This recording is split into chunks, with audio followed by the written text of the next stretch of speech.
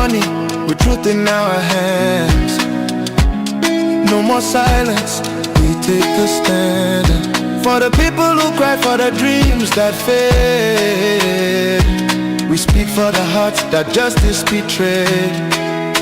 Radio True Media on FM 103.9. Radio True Media on FM 103.9. Now we voice, now we power. True Media go shine like tower. We no go fear, we go talk. Even if they know I make we talk. True Media Radio on FM 103.9. Now God we dey pray, now true we dey preach. Freedom of speech, now that we dey teach. For so long, we go stand tall. Radio True Media, one voice for all. We honor the land, the struggle, the fight. We shine a light in the darkest night. Because we believe in hard work and faith. The Sierra Leone way. We hold the line, come what may. Them won't set we more them, but we go shout. Now the poor man voice we they bring out. Now we alright for know the truth. Now that make we go protect the truth.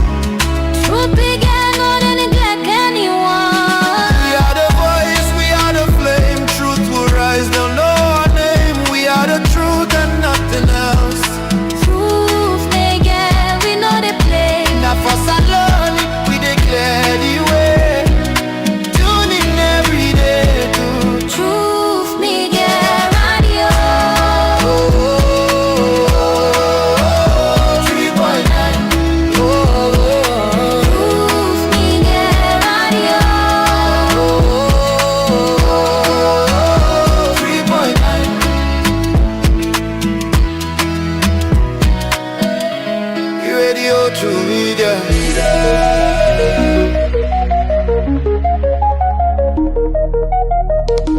This is Truth Radio, 103.9 FM. We empower the nation.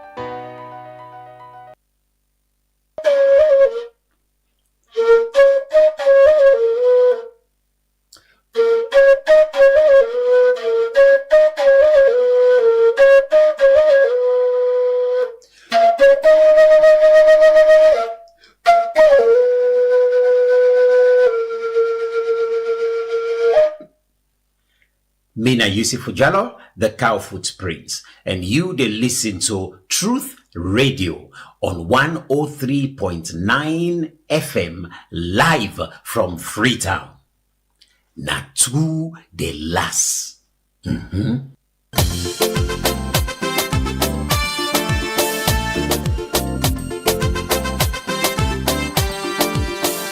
For almost a year now, the Sierra Leone Association of Journalists, SLAJ, don't dey for one mission. And this mission, now for make one old chapter day na the Salon Constitution, where they guarantee freedom of expression and of the press. This not a new fact. SLAJ will not submit this proposal at the time where the Justice Edmond Kawan Constitutional Review Committee be the work. But even though it not be appear at the final report, the arguments not be ever disappear. In fact, the arguments in a gang they pass any other term. The tripartite committee will be set up because of political tension then. They recognize say constitutional reform important for make we get believing among we self. accountability, and collapse. But we for make one thing clear. If constitutional reform now for make we tap problem them tomorrow, then for protect free expression, for being one main part for that efforts day. Because democracy not only the well where it camp an election. No. Democracy the well where citizens then they afraid for talk. Where then they intimidate journalists them. And where then they silent voice them where they talk true to power. And this campaign, not to forsake journalists then they ask for special treatment so freedom of expression na all man property. Bloggers, market woman them, students and academics, politicians and you self where they vote. From the one where they write book and the one where they make music to civil society activists and comedian them. Now the thing where they give it the right for criticize policy them, for expose corruption and for put more for governance business at the country where we not go afraid. One old chapter na the constitution where they talk about this go make the pattern we not clear, we able to revise them. It go see the media as something we good for the public. It go protect editorial independence and guarantee access to information. For make them short, this go talk and clear one say, free expression not to favor from any government. Now right where people can get. Now the constitution no more able to protect the citizens' rights. Now this make even though for reform policy they fine, it better for make the constitution cover them. This is something where politicians for support. Because free expression, they give strength to una legitimacy. This is something where citizens for support. Because it protect your voice. Now something where civil society for support. Because it give power for all government accountable.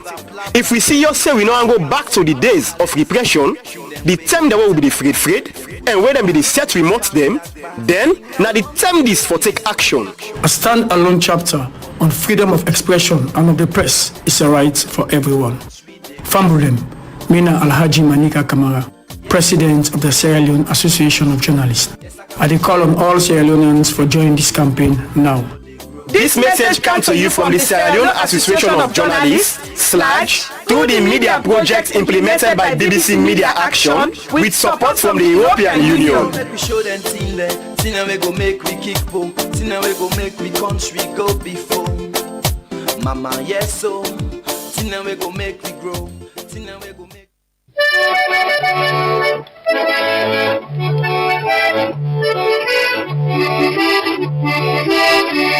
Ayo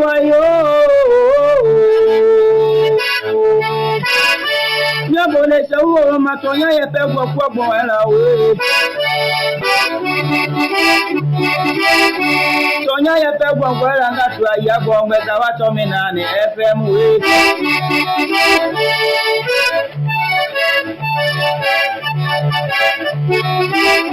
Tonya ye pe gbo era ngatu ayabo ngeta wa to mi na ni FM Tamianga tu atonya ye pe gbo era we Anya buda tonya ye mi aloma Tonya ye le mi amome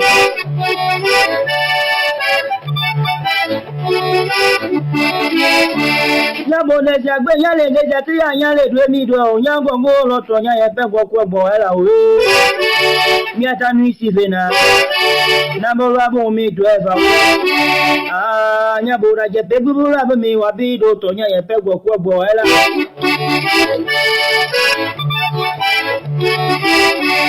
Amiaga tole papa goti talo ba papa ne beda pene gbenu go ma o ya gbo gbe cha wa to mi na ni FM ne ma ya mi abede am keni mo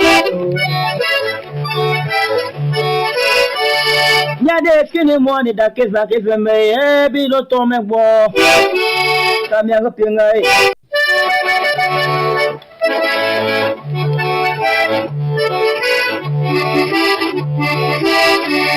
Ayo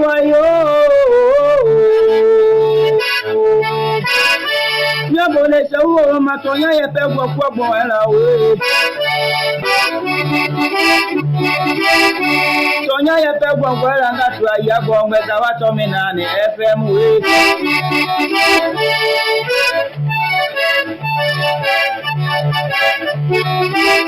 Tonya ye pe gbo era ngatu ayabo ngeta wa to mi na ni FM Tamianga tu atonya ye pe gbo era we anya boda tonya ye mi aloma tonya ye le mi amome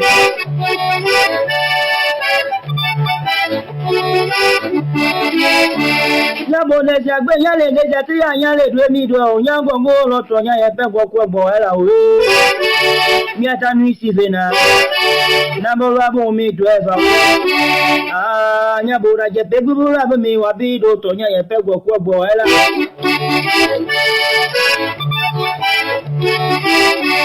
Amiaga tole papa go titalo ba papa ne beda pene gbenugo ma o aye gbo gbe cha wa to mi na ni FM ne ma ya mi bede mo keni mo ya de keni mo ni da ke FM e bi lo to me gbo amiaga pinga e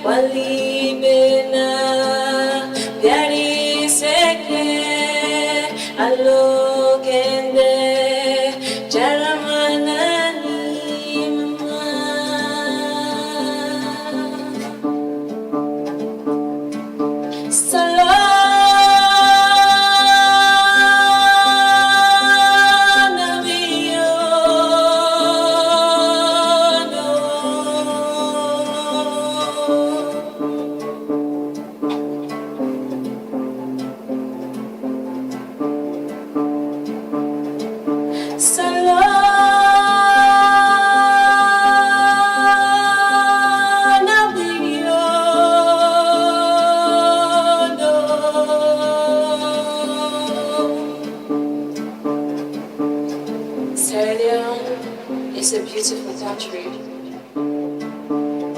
It's beautiful people.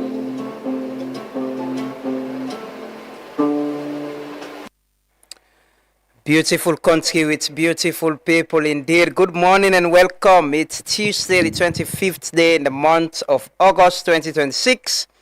August is slowly coming to an end, and we go to September, October, November. The year not done, they done so, man. You know what you have to do it quick. No procrastinate, no wait for pausing. You know. But good morning and welcome. It's public holiday today across the country. Maulud Nabi, the birthday of the Prophet Muhammad. May the peace and blessings of Allah be upon him. It's a mix there. You get some sect of Muslims where they celebrate them, then get activities today. Get other group where say no, we don't celebrate the birthday of the Prophet. So, but I hope you enjoy your holiday this morning. It feels good when you sleep and not say you not get for wake too early, or even if you wake early, you get for sleep back. You not get for go work. You know, it's not the holiday, not the way that the people when they enjoy holiday. You know, you get some rest, and I know there are a lot of people because of then time they wake very early every other weekday, then they wake early. But then go back to rest if work not it today and work not it today. So thanks for joining us. Hope you go keep with company for the next 2 hours, 30 minutes, and you go there with we. And thanks for joining us this morning. And I want to say welcome. And with people right across the country, with people in the diaspora, we can start the morning with we some they waiting a job, you know, then a job late but still they join we. People now we Facebook, YouTube, TikTok, people in radio land, as well the people in the regions. Now I want to say thanks to we colleagues them, we partner radio stations them, where they connect this program every other weekday morning. We appreciate you now and we thank you so much. Good morning and welcome. It's another working week. What another working day for we, you know. Yesterday an officer today asked me if we get holiday today. I say okay. You gonna know when we go get holiday, you know. But we'll get, you know, usually in the year we get certain holidays them. Like Muslim holiday, if it's pray-day, definitely I have to take a break. You know, and we can observe some Christian holidays as well. Just so that because they're Christians they could rest. But as well, in December usually we can take a break because we are humans too. Mister want to take break right now. I'm in the mood of going on a break, and hopefully I'll be taking some breaks pretty soon, inshallah. And yeah, go see how things work, how it happen. But I therefore begin get used to Nafisa too. You know, I therefore get used to and other colleagues and we get for the come around and see how we all they push this go before. I know only be just me. It shouldn't be, you know, programs like this shouldn't be just I know programs and get personality, you get certain people and certain person they want to listen to. But yeah, we hopefully could get to that point to say other new faces will come and we go accept them. Then I could try them best because all they need now the opportunity and the platform for do better. We go learn along with the job, we go make mistakes, we go learn. But we all now because other people have been given opportunity and try we with all we mistake, with flaws, they accept we and try for push we say you can do it. So we they try and with we young people them and see how things go, just so that you know the generation we they come after we get the opportunity now for begin practice and do things them. So say 2-3 years just now, then we don't catch up and don't know a lot of things them way sometimes we not be safe. But good morning and thanks for joining us. It is a blessing as always for there. We are grateful and thankful to God. Not only blessing, not only sabi make we there, now God in blessing. For sleep and wake is a blessing as always. You need to be grateful and be thankful. You know, you need for nothing and they won't overtake for granted. You know, imagine you go, you lay down, you get your dreams, you get your hopes. Say the next day you're gonna do this, you're gonna do this. And life takes you away. Just go. Some man and they don't lay down, they're not able to grab this morning. There are some people who grab, they're sick. Some people and they lay down hospital, they're struggling. But you're healthy. Alhamdulillah, thank God for life. And not take life for granted. You know, I tell somebody then they just say, you know, grief actually don't teach me how this life is not something we for be too worried about. How we they live with life and waiting we accumulate na this world. Nobody know than they beg with in bank accounts. Nobody know than they beg with in property them. Then can say, well, we Muslim and can say Kasanke no get pockets. No get. I don't know if the Christian and the Sutu then can bury with or whatever, it gets pockets. But we Muslims, you just the shroud, just wear and pay you and then lay you. You know, that's all you go with. And after 1 week, 2 weeks, months, sometimes people forget about you, Seth. People don't even think about you unless something happen where something will remind them about you, then they remember you. Some people they don't even go, they never pass on time, then go bury, you know, then go na the burying ground, they remember. Say, my family been laid on la go see ba. Go check na burying ground, go see grave where people they don't abandon. Grave where people they know, people they don't die, their family members, they don't care about them again. Everybody moves on. So it's all about yourself. Now you self with what you do, you good deeds same. I ain't go judge you with. And the good things that what you do now, yeah. 9 people and go remember you with. If you do bad back, and go remember you. We then call you name, people and go just say, Stakfula. You know, then titles there, then see away. we they see so right now, some of we they enjoy, say people appreciate what you they do, it's your name. Don't allow it to go through you. It's a stage. Time will come, people will not remember myself. Time will come, there'll come a generation of other young people where they do this. People won't even think about me. People not go remember say they safe. Because you get a generation of other people that will be not come before me. We don't serve. Now people they not even think about themselves. So me, some of we that day me can get in the back of my mind. We say it's not that I'm the best person. It's not that me get luck or anything past anybody. No. I don't allow that to go around my head and be pompous, be arrogant. No. And I pray to God every day, let guide me and make me a better person. Let I understand, say, all waiting there around me, so shouldn't make me arrogant, shouldn't make me think I'm better than other people. Not forever make me think, say, me not the most powerful person. No. I not see myself that way. I'm just seeing myself as somebody where they serve at this time. I get an opportunity, get a platform. And how could I use it in the right way for better this country? That's my main objective. Make sure, say, we all make this place a better place, contribute in my own way, help other people for grow. We help ourselves. There are a lot of people who can reach out. In whatever way I could help, whether not charity you do, whether not program you get, whether not your business you do, how could I use what I have to support you? And that way they will foresee we safe. Titles, names, honors. The day where you come out, the people won't think about it. There are people who served in this country in big position and they pass with sharing. We won. Watch it now. Nobody knows the no side and out and the passive. No one knows. No one cares about them. The office and status and position, it's not you. And the office they get that name and title. They're not born you say, now you get this day you die. Oh no.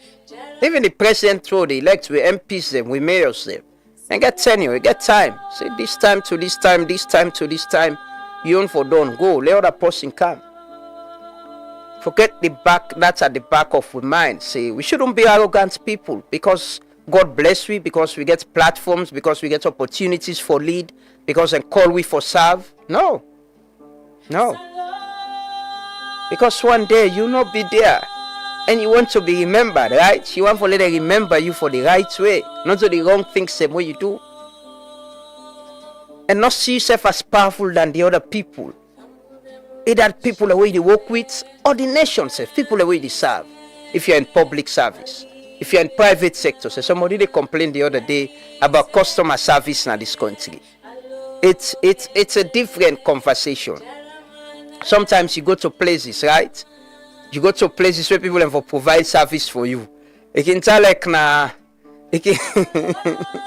And me most times if I go to places, people in Kiwala beats the system. I say no. Especially if I'm not there, I go a meet line and no. Yeah, I'll wait. If I need extra service, I go find my own way. But that one way, openly, I go, you see people and tin up the way you go, you treat me exceptionally than them. No, it's sometimes it sends a bad message. It makes you look like you think you're the best person or you're the most powerful person. Let God guide we. Me and then they pray for. We all can't be perfect people. We get we own, side them way. We need for improving with lives. But we can be better people where we choose to, especially we were there in public service in different ways. We were there in the media, civil society, in government. You were there in private sector. They provide service to people. We need to understand, say, we are not powerful. We are not. The people who they serve are them powerful. And then get power. And they will for expect them as much as they expect we. May God make we better people. May God make this country a better place. May God give you wisdom and understanding. May God make we understand, say, we all get a role for play for make Salone a better place. And not let Salone pass other people more. Just take out and not let Salone pass me. We're all Sierra Leoneans. We are equally the same people in this country. And I'm quite sure, one thing where most of we share in common, now that we want Salone for better. Even if not for us, but for picking them. The generation where they come. We can make mistake, we can argue, we can disagree. That is what democracy provides for. But we are all Sierra Leoneans, and we know beg for we be Sierra Leoneans. We should proudly put that on our chest and appreciate that and play our own part for make this country a better place. Now people in the make country, until we all agree and work collectively, whether in government, in opposition, in private sector, we all agree so we can play our own little parts there for make this place a better place. Otherwise, we will continue for complain. And as we continue for complaining will solve the problem. Until we realize the power belongs to us. And now we give the people the way they lead the power for lead we. Now we then they work for their at our service. And we for hold them accountable, ask them questions, and support them. For able to implement some programs them so that it will benefit all of we. Let us pray. Let's start the devotion with prayers. Join us in prayers this morning. As we pray for ourselves, pray for our leaders, then pray for our country. Pray that God will make we better people. God will make Salone a better place. Let us pray. Allahumma salli ala Muhammadin wa ala ali Muhammadin wa salimi kama salaita ala Ibrahim wa ala Ibrahim fil alamin kamil majidu. Allahumma rabbana Allah the big almighty Allah takabal mina asa the effort to the make the country. We say Rabbana, oh Almighty Allah, forgive we lapses them. Waliakwanina Allah, forgive brother them. Forgive ancestor them. Forgive papa them, mama them, who know who pay them. Who kalmo kode, who the Almighty Allah. Allah forgive them. لأخواننا الذين سبقونا بالإيمان ولا تجعل في قلوبنا غلا للذين آمنوا. No put bad power, no put jealousy to the one who help we life. واغفر لنا, forgive we Almighty Allah, forgive the Almighty Allah يا الله يا رب العالمين. اللهم تقبل منا إنك أنت السميع العليم وتوب علينا يا مولانا إنك أنت التواب الرحيم. الله أكبر for Alafia that is country our Salone. Allah ask you Almighty Allah for development, Almighty Allah. Allah expel from there for goodness from outside and inside, Almighty Allah. Allah will ask you for one word, Almighty Allah. Ya Sami, Ya Sami, Ya Sami. Allah Yeri, Allah Yeri, Allah Yeri. Ya Alimu, Allah you know side the problem there, you know the answer, Almighty Allah. Allahumma Rabbana taqabbal minna Allah ansawina ka anta sami. Allah will ask you for unite to Almighty Allah. Allah will ask you for help we for love each other, Almighty Allah. Ya Qadiru, Ya Qadiru, Ya Qadiru, Ya Qadiru, Ya Qadiru. Allah you able, we no able, Almighty Allah. Help Almighty Allah. Wa ma nasru min indaka. No help no come from Motaman to Motaman except to come from you, Almighty Allah. La wala quwwata illa billahi al-nazimi biyadika al-khairim. Oh, the goodness to defend it in Almighty Allah. They will know married, Allah able give them marriage. They will know well, Allah able make them well. Almighty Allah, the one married no get peace, Allah give them peace. Almighty Allah, the one they married picking no can able give them Almighty Allah. The one they get project they want fulfill. Allah help the Almighty Allah. Who picking the way they pass the school, Allah guide the Almighty Allah. Who picking the outside, Allah give the law for the country, Almighty Allah. We say we they are like what make who love them, who love the country, Almighty Allah. Ya Qadiru, Ya Qadiru, Ya Qadiru. Subhana rabbika rabbil izzati amma yasifun wa salamun alal mursalin alhamdulillahi rabbil alamin. Father, in the name of Jesus and by the power in the Holy Ghost, I commit the beloved land, Sierra Leone. I pray, God, for your hand of protection over this nation. I pray that the blood of Jesus will be the shield and protection over this land. I come against violence. I come against political violence. Come against tribal violence. I ask, oh God, that you will bind we all in this nation and division no will take place among we in the name of Jesus Christ of Nazareth. I commit the ministers then you handle God. I pray, oh God, that they will serve the people then as their oath readily take in the name of Jesus Christ of Nazareth. I pray that you will give them divine wisdom, knowledge, and understanding, and come against self-interest in the name of Jesus Christ of Nazareth. I pray that they will get the wisdom for decide on things which will be beneficial to every Sierra Leonean in the name of Jesus Christ of Nazareth. I commit the president in your hand. I pray, oh God, that your hand will be over the president. I pray that you will protect the president from harm and danger. In the name of Jesus Christ of Nazareth, I cover our president with the blood of Jesus in family and home. In the name of Jesus Christ, pray that you will give him the wisdom, the knowledge, and the understanding. And by the power of God, it will bring all Sierra Leoneans together, and unity will prevail in this nation. In the name of Jesus Christ of Nazareth, we commit the Sierra Leoneans then are your hand. Will prevail in this nation, love and harmony. Inside Jesus' name. Amen.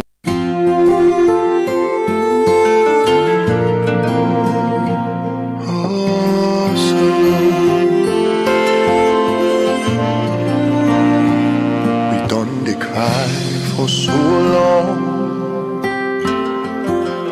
Papa do ya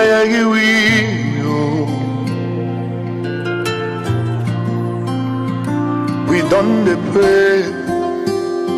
So today, the time don't come for make you answer. We tire for past being do. Papa do ya sorry for it. Because we sense the nonsense if we not get you presence. And if we been get drunk, we for don't fet for ourselves. But we not able, now you capable for pulu pandiskulala.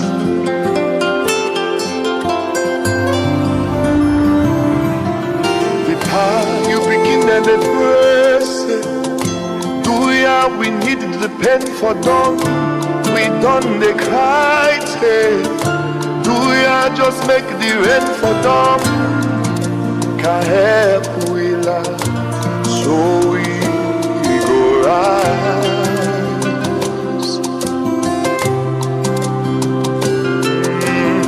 Let we not suffer for the one them. Where they dwell the country with their hand. We leaders them, please guide them. Make them do good things from make we Good morning and welcome to a brand new day. It's Tuesday morning. Today the weather look fine. If you drive, I know say around this peninsula axis, you know, foggy this morning. It's not raining. The weather look fine this morning. Good morning again. Welcome to the Good Morning Devotion. Me already talk to you. My name is Nafisat Ola Nkadin. The broadcast live from the studios at Elcourt. And you listen to 103.9 FM, Truth Radio. Today is a brand new day, as I say. You know, say me, I like for smile in the morning. You welcome the day with a smile and ready for take on anything way they carry away. I hope say we all go get a splendid day, a wonderful day, and a wonderful week ahead. But this morning, I know they talk environment. Also because rain no cow make I know the talk environment. It's something I'll be want for talk about. We I go like for throw light on where we can call and SEA. It's an abbreviation. Or acronym rather, because I don't call and SEA already. Sexual exploitation, abuse and harassment. This is not something they permeate with society. Harassment, sexual harassment. It's something people they see common, but it gets some kind of mental toll when it gets on person. For instance, it's don't hear person I'm to car. Man and woman, she don't hear. You the first for talk to the person until the person know the answer. You never harass the person. The first for ask questions until you know the answer. You never harass the person. You pass, you talk to maybe sure you look this way, you look that too.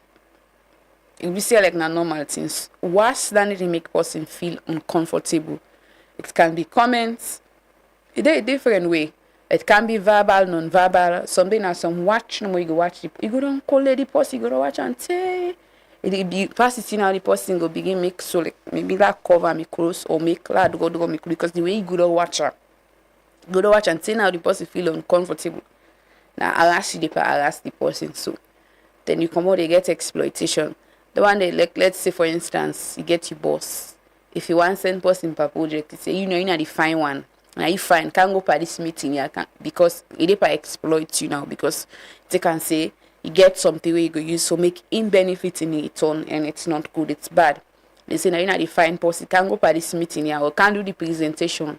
Now you get fine voice, now you get this, now you get fine face, now you get fine body. It's exploitation. They exploit you, but harassment then like the most. It's very normal. They don't normalize. It should not be. I remember one time I be go for an interview on it's a radio program, an online TV program where they ask me say, me na journalist, me na woman, I get for in the media space. It's common for the people then go to maybe tell you say they like you, they diss you, they that you. That's like now they the problem they come on. Acceptance for accept say it's normal, it's common. If we deter that particular mindset, the ideology says it's supposed to happen in our society. If we begin for discourage now, it's not going to happen. If we not say something, if we start for shame them behavior, then it's something where person will see say these are not supposed to do, are not for the door. You're fasting for like young person online, then in the cyberspace, now the digital space. You don't text the person say like you say no want to. Now crime so you depend committee, the harasser online. Digital violence back, you blackmail online or you force person they say no call me, then you call on our WhatsApp, send to a voice message, send to and maybe nude stickers. Now crime that one day. Then you do why they continue for do it's something that should be shameful, especially when the other person know they reciprocate the same thing. It's not a two-way thing. The person know they do what you want make you do to them, or maybe not they tolerate or encourage you to do. They need to continue for them. It's not good. Then he say most times na woman no more than he talk for woman them. Yes, they harass man they sexually. You get some woman they call no more per man. Begin tell and say, hey, I like your chest, I like you, and like some men feel uncomfortable, some don't.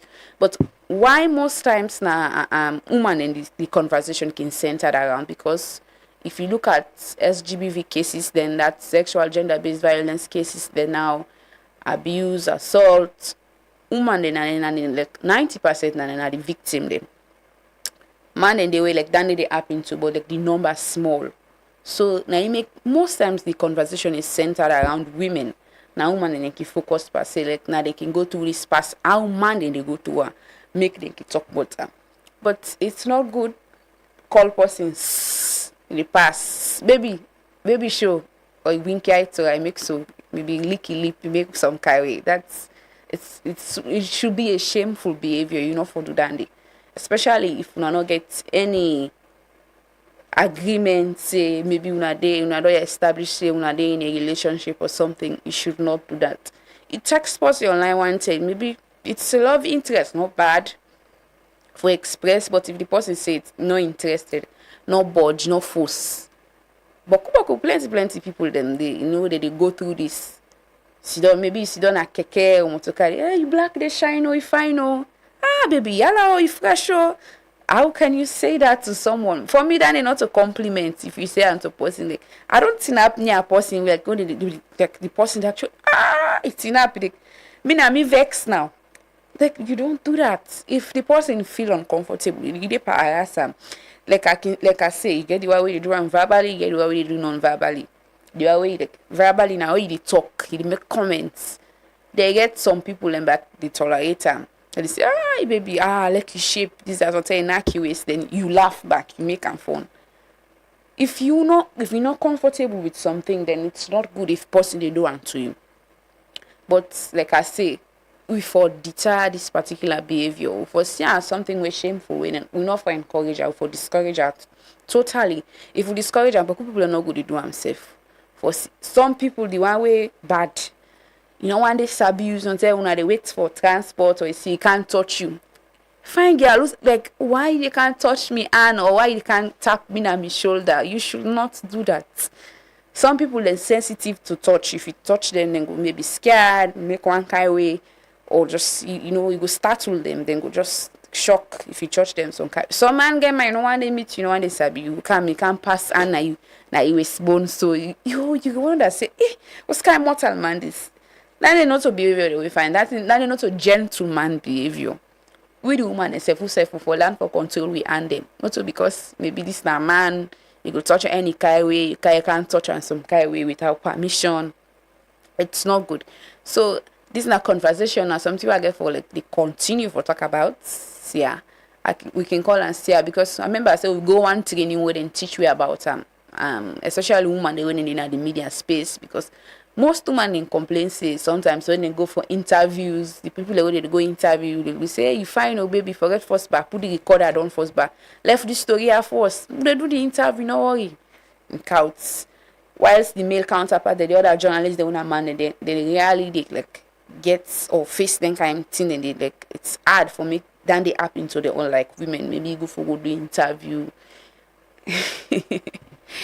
But again, it all depends on like now with society we will find ourselves. But as I say, if we continue for shame them behavior, then they woman ain't not good experience dancing in there, and girl picking there as well not good experience dancing in there. Even at area safe.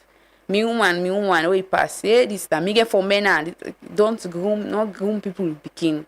Don't do that. It should be a shameful behavior. If we don't come out and pass that stage in there now. No, this sent you this, so like I think we should discourage that totally and entirely. We will can't take our national anthem and pledge now. As we can always do now as soon as the morning devotion, as that's our commitment to we country, we'll get to national anthem and pledge and we'll come back and bring you stories. I will exalt thee when on that feet. Great is the love we have for thee. Family united, ever we stand, singing like great old native land. We raise up hearts and our voices aloud, that hills and the valleys we echo our cry. Blessing and peace be ever and ever. Land that we love, Sierra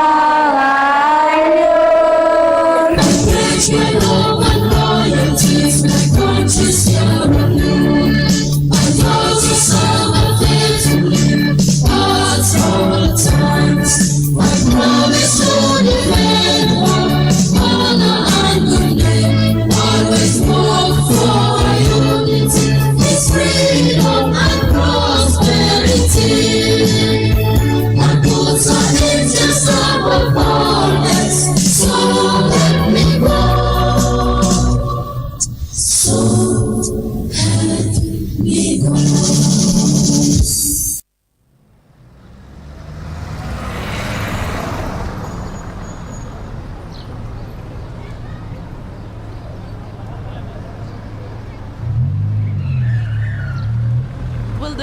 village get their rights today.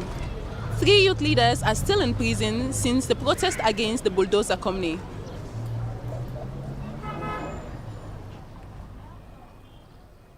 Having heard the argument from both the prosecution and defense, I hereby declare the following. On charges of embezzlement of funds, not guilty. Hey. Oh, this one. On damage to community welfare, the defendant is not guilty.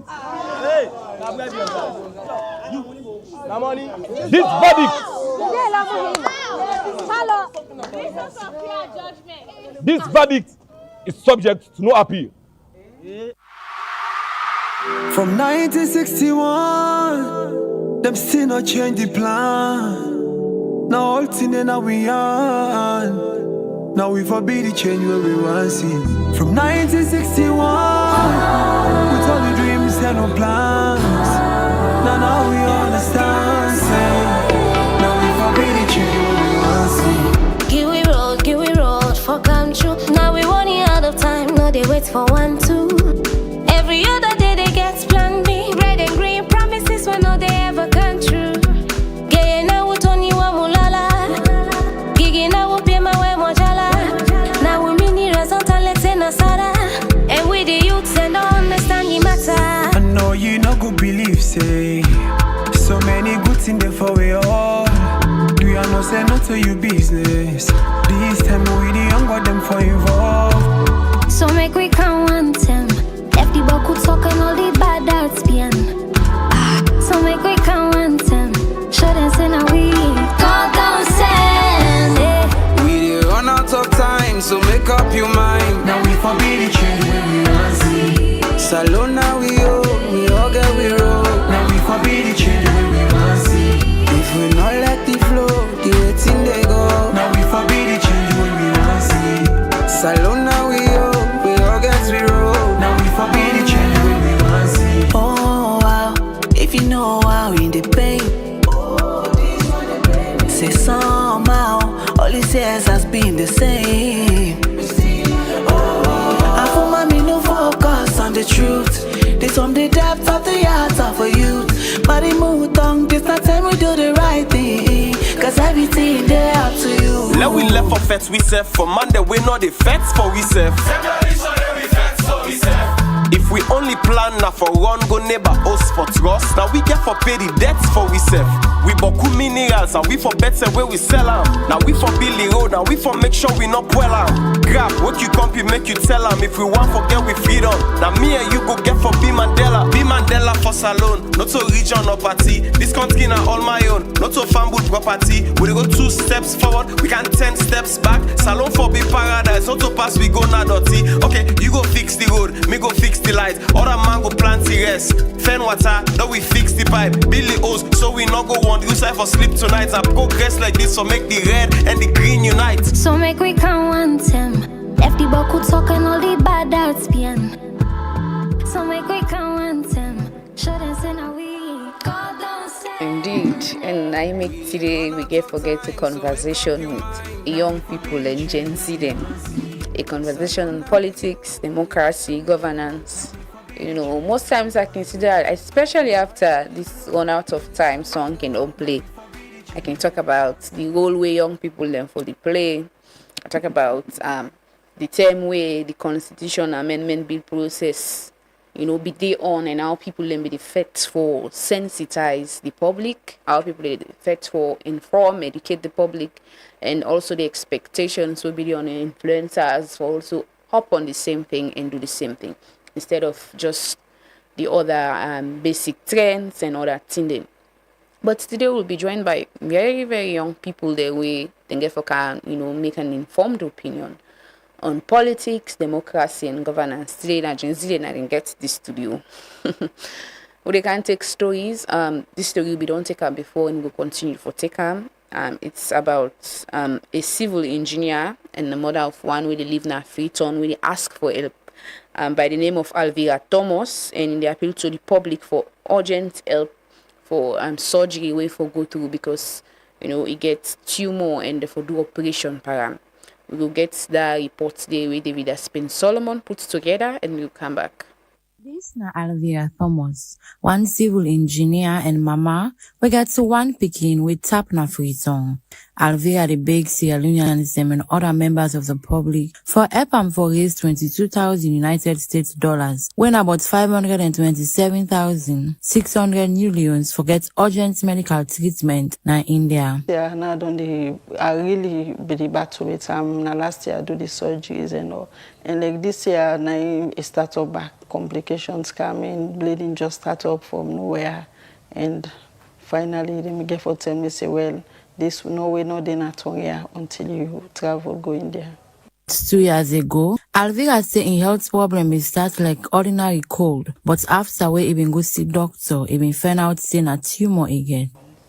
Well, I can say 2 years ago, I get a tumor. It just starts like cold, and I be try for see doctors. And at the end of the day, last year we get for do a surgery. Last year, Alvira undergo surgery, but after the operation, he say it developed complications which affect in eye. Okay. But after the surgery, I get complications which affect me eye, and the tumor we get for go back. So like after that, I will get for see other doctors where tell me say na a maxillofacial case where we not get surgeons in a salon. And say after some time the tumor been grow back. As in condition they continue for worse, Alvira say consult other doctors them wait till and say in case serious and go need specialized surgery. According to Alvira, the doctors and tell them say that kind of a surgery where he go need, the surgeons them not in a salon. Because of this, he go need for travel go Max Hospital in India. Also, he go able get the chemo radiation and surgery where he urgently need. For now, Alvira say he dey on treatment where he describe as first aid, just for keep on going as they try for raise the money for travel. But the cost of the treatment and travel don't become a very big challenge for him. So now for sake of that make Alvira, they beg Sierra Leoneans them, individuals, organizations, philanthropists, businesses and anybody we get the ability for EPAM. He say it beg anybody we see or hear but in situation for support them because even the smallest contribution can help bring them closer to the treatment we urgently need. If you want to help Alvira Thomas, you can send your contribution to the number them waiting at the flyer. Your donation can help him get the urgent treatment we in need na India and give him another chance for continue for care for him pikin. Plenty thank you to David Aspen Solomon for that report today. Please do not help and continue for help Alvira Thomas so that he will get the help we in need. We can take again another story.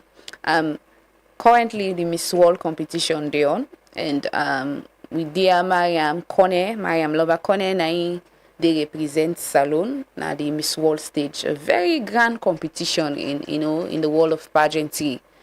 It's not just about beauty, it's about wit, brains, intelligence. And I think Mariam is really doing a great job out there in, representing Salon and putting the green, white, and blue in a global platform like that one day. I see in presentation. I think last night I see the different videos them of when he making presentation, when they go that head-to-head competition, and she's really doing a great job. And also I think the thing where they do now for fight in message now for fight against drugs, addiction and poverty. Itself na Gen Z, na internet era in born, but this campaign where he put together, I think it's timely. I think it's important, and we call on people then for support. Mariam, sometimes Salon now we need for support. We safe no more. We get to when them post na the Miss World page, go under the comment section, type Sierra Leone, type Mariam Kone. Share, repost, just like how we do for Super International with Lachave Davis. It's the same thing we can do for Mariam, like I did right now. So, na the competition and they represent Salon.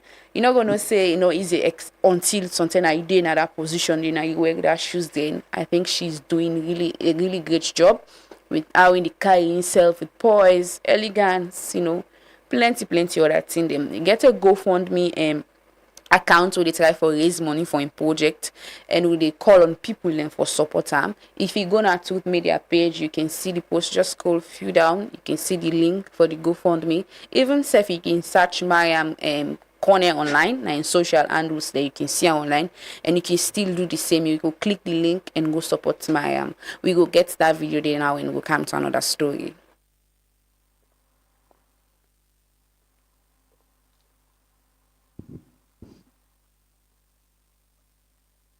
Good afternoon, Mrs. Julia Morley, the entire Miss World team, my beautiful Miss World sisters, and viewers back home. My name is Mariam Lobakone, and I must say I'm extremely honored to stand before you today as Miss World Sierra Leone 2026. So besides pageantry, there is so much to Mariam as a person. I am a 22-year-old soon-to-be finance graduate. At the same time, I own Sierra Leone's first ever 24-hour beauty salon that is interestingly run by just women. I'm also the owner of a charity foundation that is notable for providing youth with the Healthy Body, Healthy Mind, and Healthy Community initiative, as we do believe it's on these three pillars the average youth will be able to achieve their goals. Today, I'm not really here to talk about a project, so I'm going to be talking from my heart. I want to talk on behalf of women whose voices are too often unheard. 2 years ago, while visiting one of the poorest communities in my country's capital, I saw a young girl touching through heaps of garbages, looking for something to eat or maybe something she can sell just to survive, I assumed. As I walked closer, she looked up. It was my childhood best friend. She had lost herself completely to addiction. This is someone I went to school with, someone I laughed with, someone I hope to have a bright future together with, or someone that is even supposed to be in this room with us today. Across Sierra Leone, and increasingly across many other African countries, we have a drug that is posing as a threat to our generation. It's commonly known as Kush, or the zombie drug, and that is because of the zombie-like effect it actually has on its users. But this drug is said to contain similar synthetic opioids that is being found in fentanyl, which most of us in the Europe and America were very aware of because it had devastated a lot of communities there. But apart from fentanyl, this drug is also said to compose of dead people bones. They practically dig up graves of our loved ones, take out the remains, and constitute this drug, which is making it so deadly and so potent. This drug starts with affecting the brain. It shuts the brain down completely, and then moves to swelling of the limbs, the feet. Slowly and surely, the respiratory system shuts down completely, and death creeps in. It's actually that bad. Fentanyl, which is also used to make this drug, is actually a drug issued out to cancer patients just to relieve pain. But when it's used illegally or when it's abused, it can cause serious harm to the human body. Overall, 300 million people are said to be on drugs as we speak in this room. But sadly, just 1 out of 5 of them do get the help that they need. For women especially, which is my greatest concern, the consequences are so heartbreaking. This drug in question has exposed a lot of women to prostitution, exploitation, drug trafficking, theft, violence, just to survive. It will shock you to know that some of these women don't even get to see their monthly menstrual cycle because the drug has taken over their bodies completely. And sadly, when this drug finally meets with pregnancy, it affects both the mother and the baby. It has resulted to babies being born underweight, unhealthy, autistic, or having the Down syndrome, or even requiring urgent medical help since birth. No baby deserves to be born in that type of situation. The death of my best friend was not the end of her journey. We actually lost her to the drug, but that was not the end of her journey. It somehow inspired me to establish the Mariam Suez Foundation, which is the best thing that has ever happened to me. Luckily for me, with the help of individuals, NGOs, and CSOs in my country, we have successfully been able to put together a rehabilitation center for these women. We have saved over 280 women from slums and vulnerable communities, guide their recovery, and see how we can connect them with tools that can just help them to regain their independence. These are things I've been able to do as Mariam or as Miss World Sierra Leone. But I also stand here today as a Miss World contender. I don't wish for this initiative to just stop in Sierra Leone. I want to see every single person battling drug addiction, be it in England, Kenya, Sierra Leone, South Africa, Portugal, to know that there's a safe space for them to relive their dreams. There's a safe space for them to start. So this is the purpose that I wear. This is the crown on my head. And if you're in this room today and you do believe that every single human being deserves a second chance at reliving their dreams, kindly raise a hand up with me. Thank you so much. Thank you very much, Sierra Leone. Dandy Naina beauty with purpose. Mr. Go raise me and up to waiting Mariam don't say. We wish Mariam the very best and want to congratulate him for how far I don't go. Wish her all the very best as she's doing this, and for the fact that in throw light on this drug issue where it affects boku young people and plenty people in the world. And Salone, it's not unique. Every day with this time, and now we for it's normalized now. See the body the dome. It's devastating. It's like I can see now. I saw you not go on for Siam, and for me don't see firsthand. I think when I see that documentary the last time I go, and even we post on social media when I talk about how this drug they make people in turn to scraps. Say simply to a huge pile, garbage, dirty, pick the fencing for go sell or thing for go eat. And when I see the other lady there will we interview now, so people and they exploit them body them just to give them more small change where they used to go buy drug. It's devastating.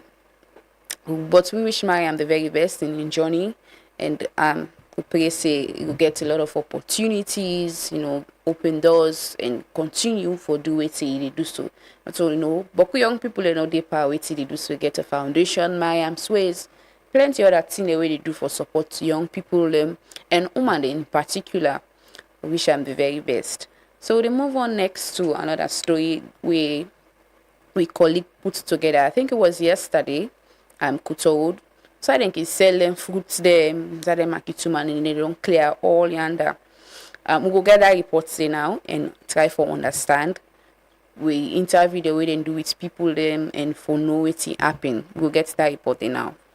Leaders in Kuton Road don't call on authorities for allow them for sale after we then confirm say police go broke some of the structure and say don't sell them not for sale again. According to one trader at Satupe Biconte, the operation happened very early this morning after we say police be don't want them for push off some meters away.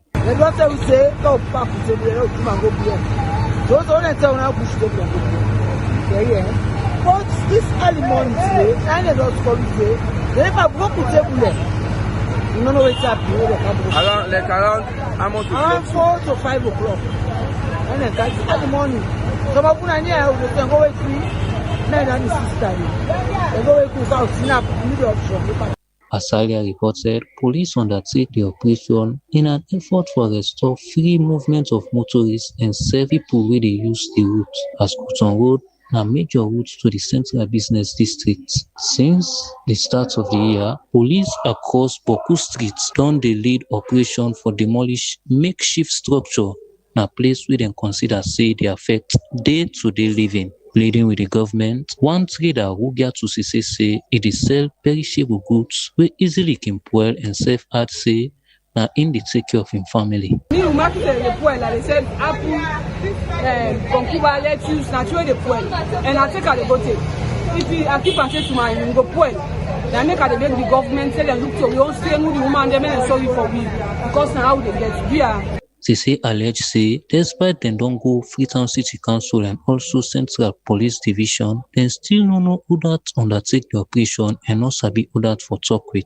Despite ownership of the site who side dem dey do business, dem still dey call on authorities for sorry for dem, while police dey continue for demolish places wey dey affect movement or block road. With support from Kelfala Kagbo, me na Augustine Amos Kagbo dey report. Plenty thanks to we intern colleague Augustine Amos Kagbo and Kelfala Kagbo Square for that report. Good morning once more and welcome. We'll take some stories then. Never can talk to police and also Thomas Mokonte of Citizens Advocacy Network on the request for protest, and we can talk about that, how important it is, and a conversation we don't do at the media for a very long time, and it will continue as much as we get some sections of the 1965 Public Order Act. They'll take some few stories. The European Union mission at Salundo announced yesterday, say, then they provide 175,000 euro as emergency aid package for support victims of where flood affects, and that money they go to both Freetown, Western area, urban, and also Western area rural districts for support people them way affected by flooding. Yesterday, the EU mission been put this update na their Facebook page, say that they give this support because of the rains we don't come. It don't affect a lot of people. It don't affect a lot of families. We don't get cases of suicide people they even died, they lost their life, and the EU don't announce it and they give this support. Also, the Lawyer Society yesterday in a press statement called for urgent medical and psychosocial care for Zainab Sharif and other inmates where they in need na the correctional center. They say then concern about the health condition of Zainab Sharif following reports where don't they go around say he get some health complication. And yesterday the Minister of Gender been confirmed that Naya since have been Siam and Zainab they request say they make it travel so that he will get some medical attention where he seriously need.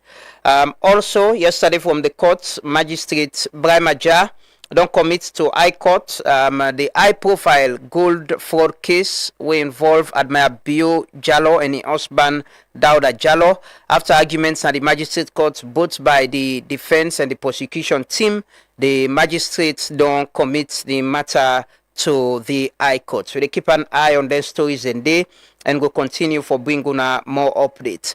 Another story we published yesterday now that President Bio now the state opening of Parliament don't announce, the setting up of a committee. We go look at how for increase the number of seats for permanent chief members of Parliament inside with Parliament. As it is presently, we get one permanent chief from each district, but the conversation is making it two for permanent chief them from each district for the members of Parliament. Let me listen to the President's statement. We will come back shortly.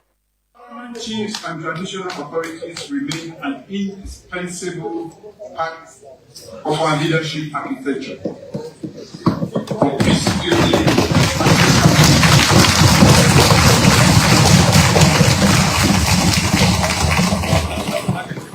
they must continue to serve with accessibility, impartiality, and responsiveness. The technical committee, led by the Honorable Vice President, will examine the proposal to increase permanent chief representation in Parliament from 1 to 2.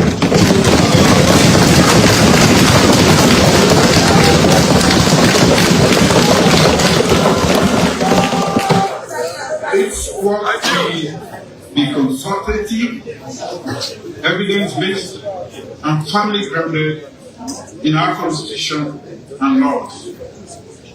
Decentralization succeeds when institutions cooperate and citizens experience tangible improvement in their community. The same principle of accountability must guide the management of our national resources. That now His Excellency the President at the state opening of Parliament when they talk about a proposal for increase the number of seats of permanent chief members of Parliament na Parliament. Presently, each district gets one power and then can do election and elect so that they represent the districts from the different chiefdoms. Them we go be permanent chief member of Parliament. So the President, member been get this conversation with the permanent chief them na Bo na the conference, and I sure them say it's a conversation we go start, but I think we go through all the legal process and what's need for be done for that for be achieved. Now conversation will ever continue. Hopefully we'll ever get the president of the Council of Permanent Chiefs and I will make some requests for talk to him how important he be in waiting at the role. As well. But let's take another story. You know, the Waka Fine bosses are part of the Iron Project. The Iron Project is a project will come after the mudslide actually. There's this World Bank research and data which should say there needs to be some support with safe roads and you know, a lot of things may get for happen with Freetown, specifically with transportation, transfer station and all of that. So government been put some money, the World Bank put some money, government self put some money. We bring about the procurement of buses, doing the transfer station, Lumley, the market. There was one that was going to be at Wilberforce here as well. It was a project where we been go up to number 2. It starts from Jue. You get corridor, different corridors, and corridors really come up this point up to Wilberforce. Then you get to that corridor from the east up to Bossalt or outside the bus and the park inside Central, na Central. But now been the project itself not fully implemented. So that plan they with them been get. So they did Lumley and do them rail them, then bridge them with the Jue, with the Wilberforce, with the Lumley and all of that, and get the buses as well. But there are a lot of concerns with that project there, and it's a bigger walkway with the plan for do, you know, on what that project they actually mean, what we don't achieve as a country with the support we'll get, what are the sustainability plan, and waiting left Panam, because there are other areas we left for complete that project there. But the bus them, they someday in very bad condition. We understand, say there are others we've been done park actually. We get some technical issues. But my colleague Andrew puts this report together as we try for look at. We've been getting reports say one of the bus them they been damaged seriously and try for check waiting happen and waiting and they do for fix that problem. So Andrew puts this report together. For over 2 years now, the Salon government through the Ministry of Transport and Aviation been bring over 49 buses then come. When have been efforts for reduce the kind way people them they strain for able get motorcar, especially inside Freetown. The government been named them buses here Waka Fine and been share them across the country. But 2 years down the line, people don't begin raise concern about the way them bus here they operate and but the states where them bus here them they after some years where them bus here don't they operate for. Carl Humper Jr. been explain say passengers them can get into serious confrontation with drivers them, especially when they can want for calm down the motorcar. So there's a lot of you know, dissatisfaction with passengers them because the bus stops them too far away. The bus stops them too far away, and the drivers them, especially the bus from Lumley to bus station here, serious commotion was in the bus because the driver refused for stop na Collegiate, he refused for stop by Water Street, he refused for stop by Savage Street, and he refused for stop na St. John. Unless some of we tell them, say, listen, man, you don't, St. John a major stop. You need for stop. So now Middle Sanders Street, now the driver stop. One party bus driver been explain say passengers dem still no understand how dem for comot and enter inside the Waka Fine bus, and e say na that can make dem get confrontation most of the time. The access way for come in, you use the front door. Then for exits where you go there, you use the back door. So that's also difficult because you can find out where brakes on side. When you open the back door for let them come down, some people in the rush come from the back and enter. So that constraint I don't encounter a lot this morning. Well, I go just try for send a message to my boss when at the Metro Transport Company for let them look to this constraint and try for the way we will rent them out and solve them. The only way we will solve them out, we try for the we get if in an apprentice system we will then have them door for monitor them where you don't open and where the person don't can, they're not going to allow somebody for come inside the bus and go push and say use the fronts. So that's only if you say that situation go able solve. One party Waka Fine bus then be involved in one crash today na Corker Street na Wellington, and Truth Media being reached out to authorities them, but they're not being comment. The public they hope say the Waka Fine bus them go help for reduce the strain where people them can go through forget motor for go na then different destinations them. With support from Andrew Chopele, Mina Fatmata Bintaso. Many thanks to Fatmata Bintaso and Andrew for the reports. The Waka Fine bus system, you know, the people away they manage the attitude for give out information, right? You see one of the bus system damaged by right, Usai thinks they work properly. You'd expect the one that they in charge, even for come out with a statement, say this has happened and this happened to the bus. There's been several reports about some of the buses we pack because of some parts spoil Panam, they're not able to fix them. I recall there was a Deputy Minister of Transport na Radio Democracy the other day was confirming that story as well. We don't reach out several times, and we don't reach out, we don't ask questions about what's in the happen. And unfortunately, the people where they run, where they manage, I understand that there is Metro, there is also, but government gets some hands in this. There is Metro, there is also the Sierra Leone Public Transport Authority also, we are responsible as well for manage them boss and there is a letter, there is actually a letter from State House. I go read them. This letter now from June 2nd, 2026. Last sent to Simon. So Simon can go put them now. Simon go put them or play people them. See, I go read them. Again, the points I just want to make. You know, some of them things here we they invest in them, governments they invest in them, we partners and they invest in them. Then we get opportunity. Then down the line, then fail. We all see what's happened with the buses where APC been buy. The APC government buy, who side them pack now? Nah. Then if they're not all sell them by part. We all saw what happened with even the school buses. Very recently, I see the chief minister, they raised concern about the sustainability of them buses and they. We all see waiting happen. And this night letter, let read them quickly. Let people them where they watch go understand waiting they happen with the Waka Fine buses and waiting at the concern where they come up from State House. It says state of Waka Fine buses. The office of the president is dismayed over the poor state of Waka Fine buses coupled with the gross depleting of the fleet. It is expected that this scheme was designed to serve the public and to continuously recapitalize itself, but the expectation is far-fetched.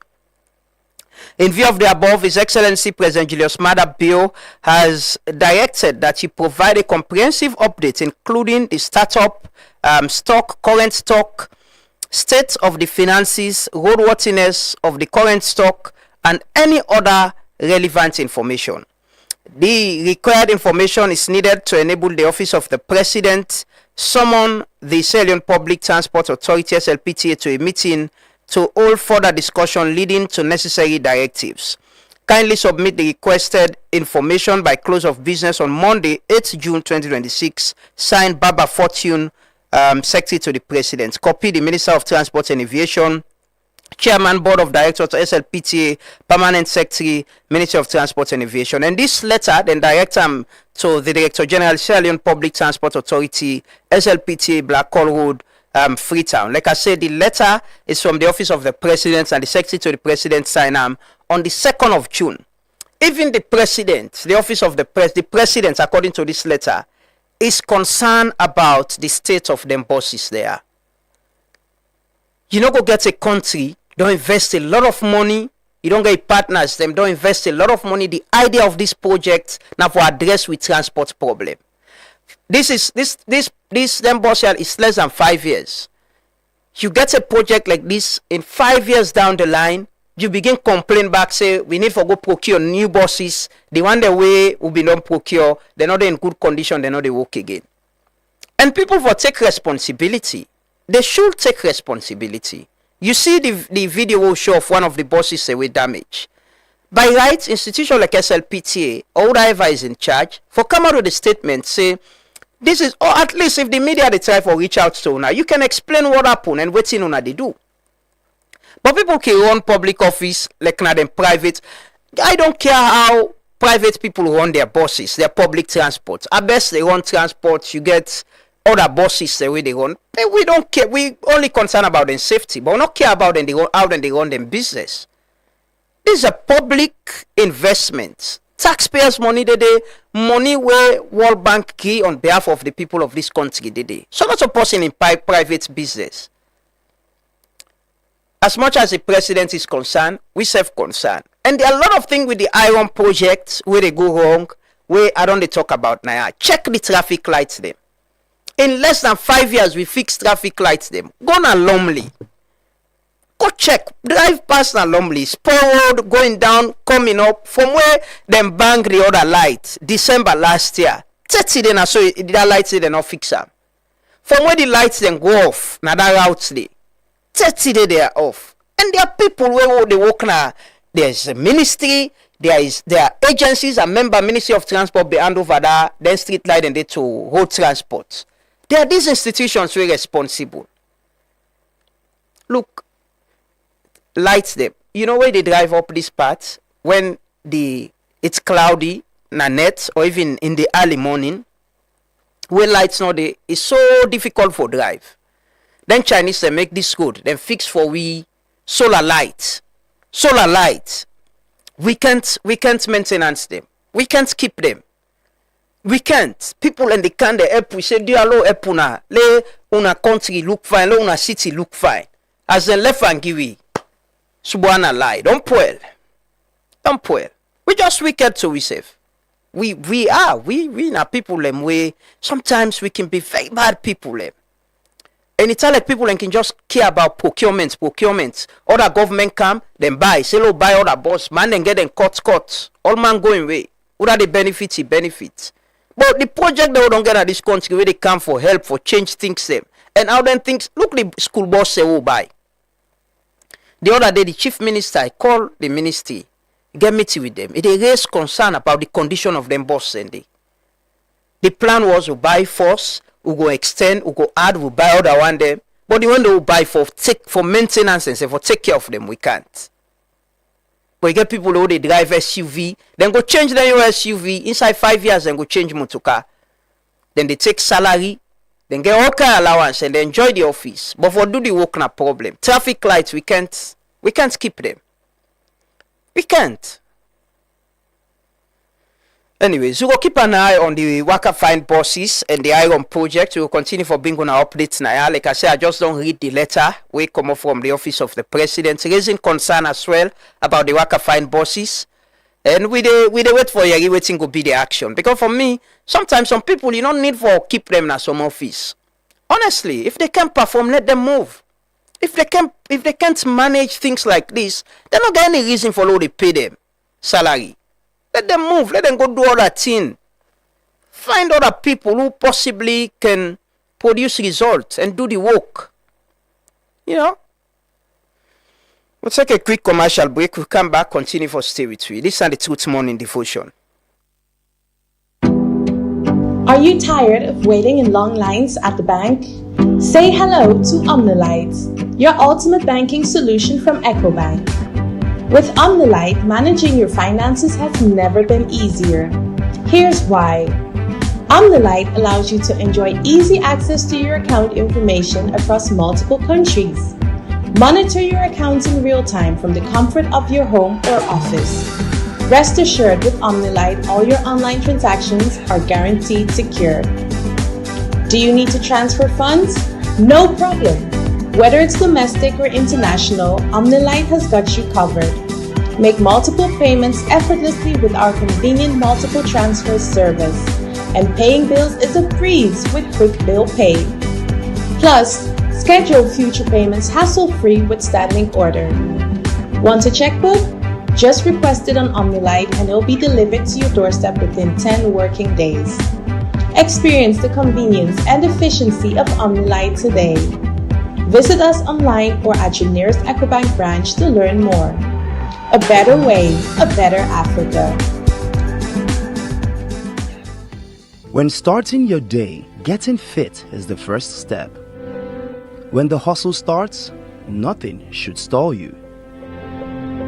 When it's time to plan your future, saving should be easy. When you're ready to expand, no room for excuses. When your child needs relief, waiting isn't an option. And if it's you asking, no isn't an answer. Because for us, when it comes to banking, it's all about you.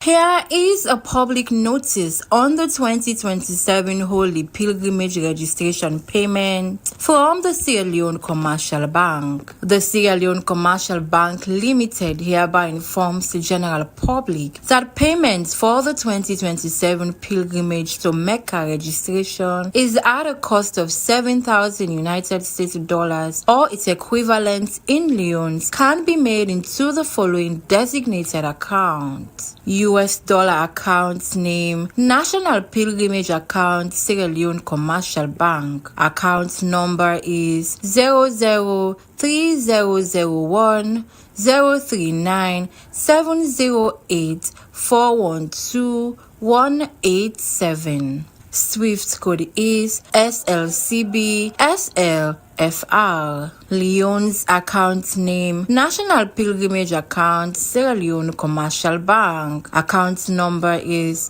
003 001 039 708 112 166. Prospective pilgrims are kindly advised to make their registration payment at any SLCB branch nationwide on or before 16th November 2026. Sierra Leone Commercial Bank Limited remains committed to providing convenient, secure, and reliable banking services in support to this important spiritual journey.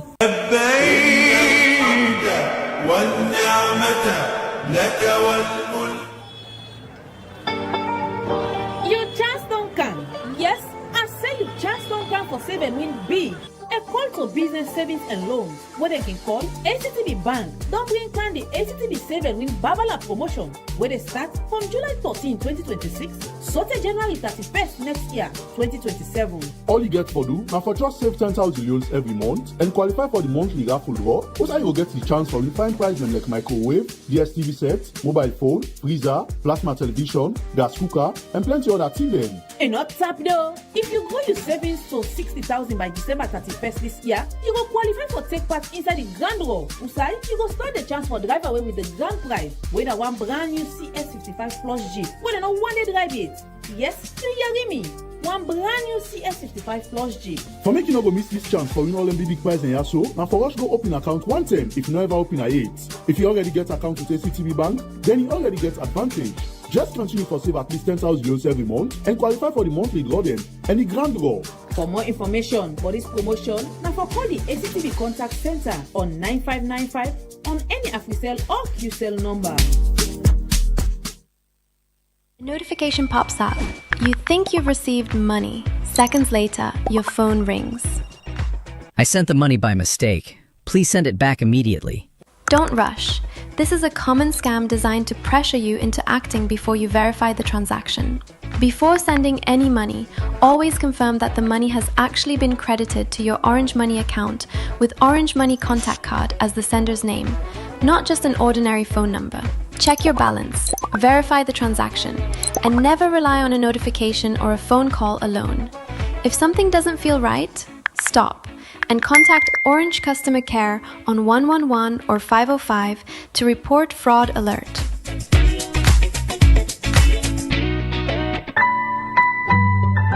Orange.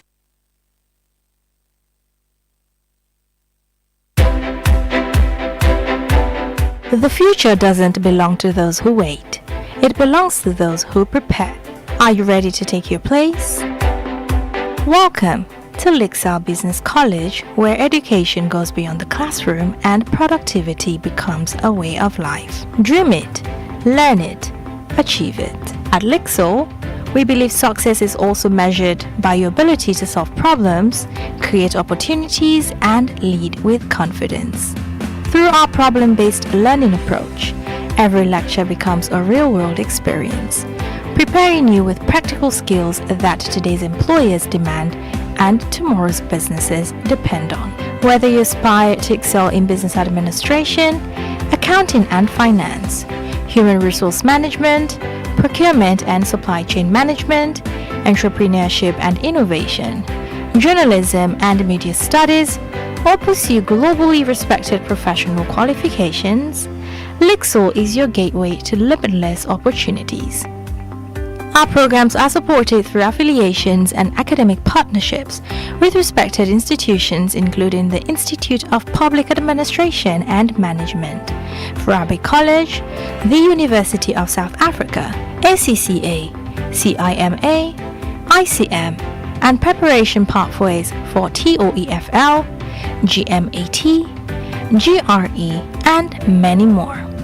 Admissions are now open. Visit us at number 1 Freetown Road, Wilberforce Village, opposite AfriCell headquarters in Freetown. Call or WhatsApp the number +232 30 19 5946 or +232 76 661 701. Enroll today because the future rewards those who are prepared to lead.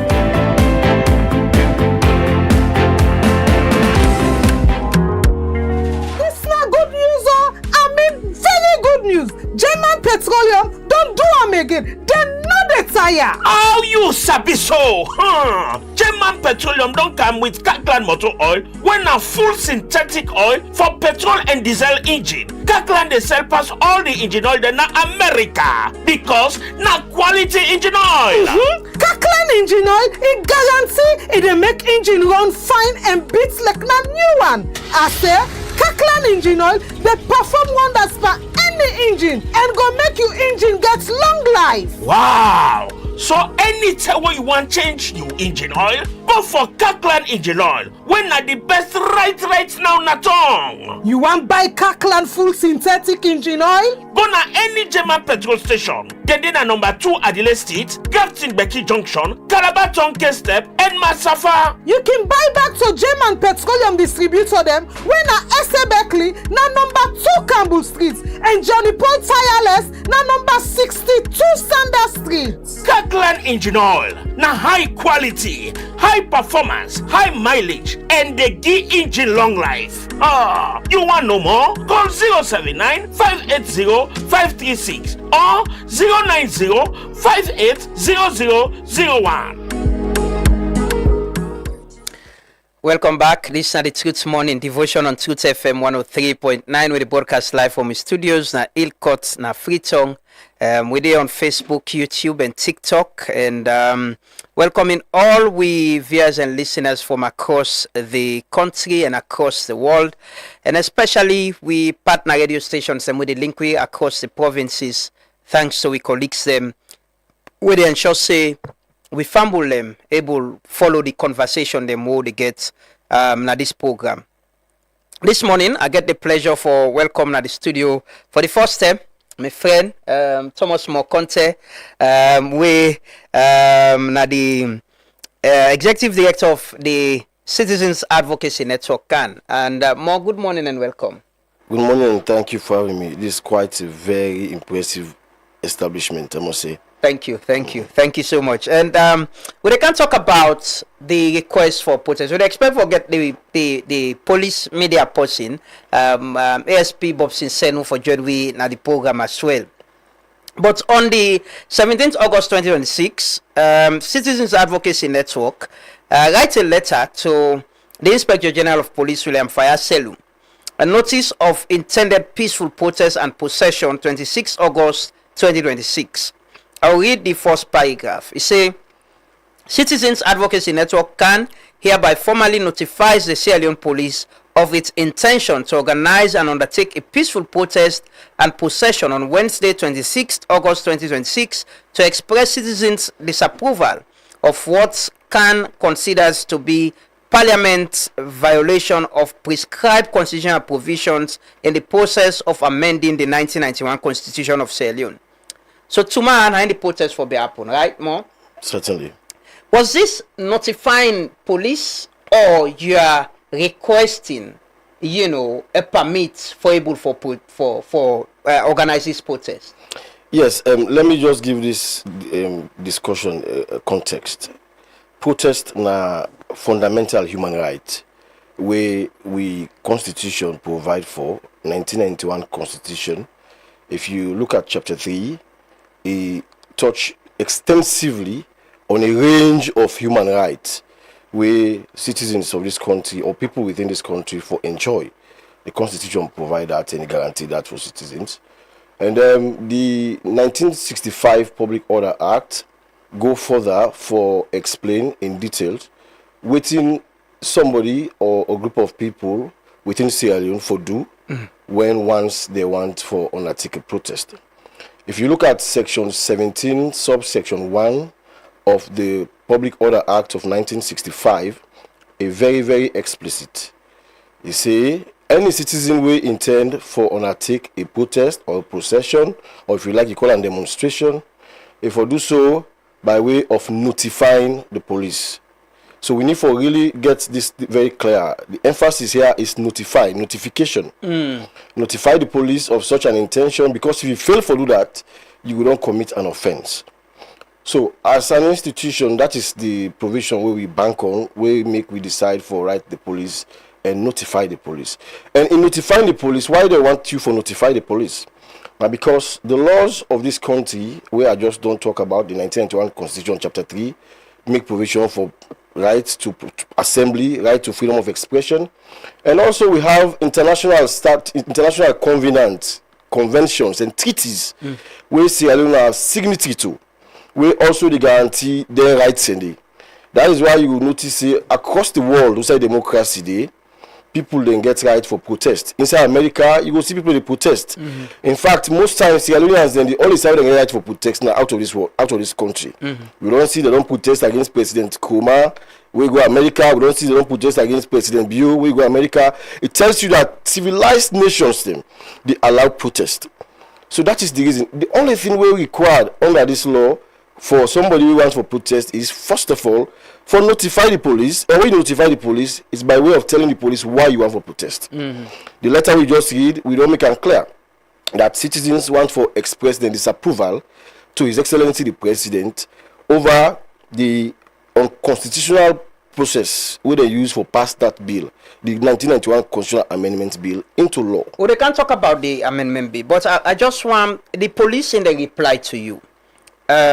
Say re-notice of intended peaceful protest and possession 26 August 2026 addressed to you, Thomas Mokonte, on the 20th August 2026. Say, I am directed to acknowledge A receipt of your letter dated 17th August 2026 bordering on the above subject, and to note that it has received the attention of the Inspector General of Police.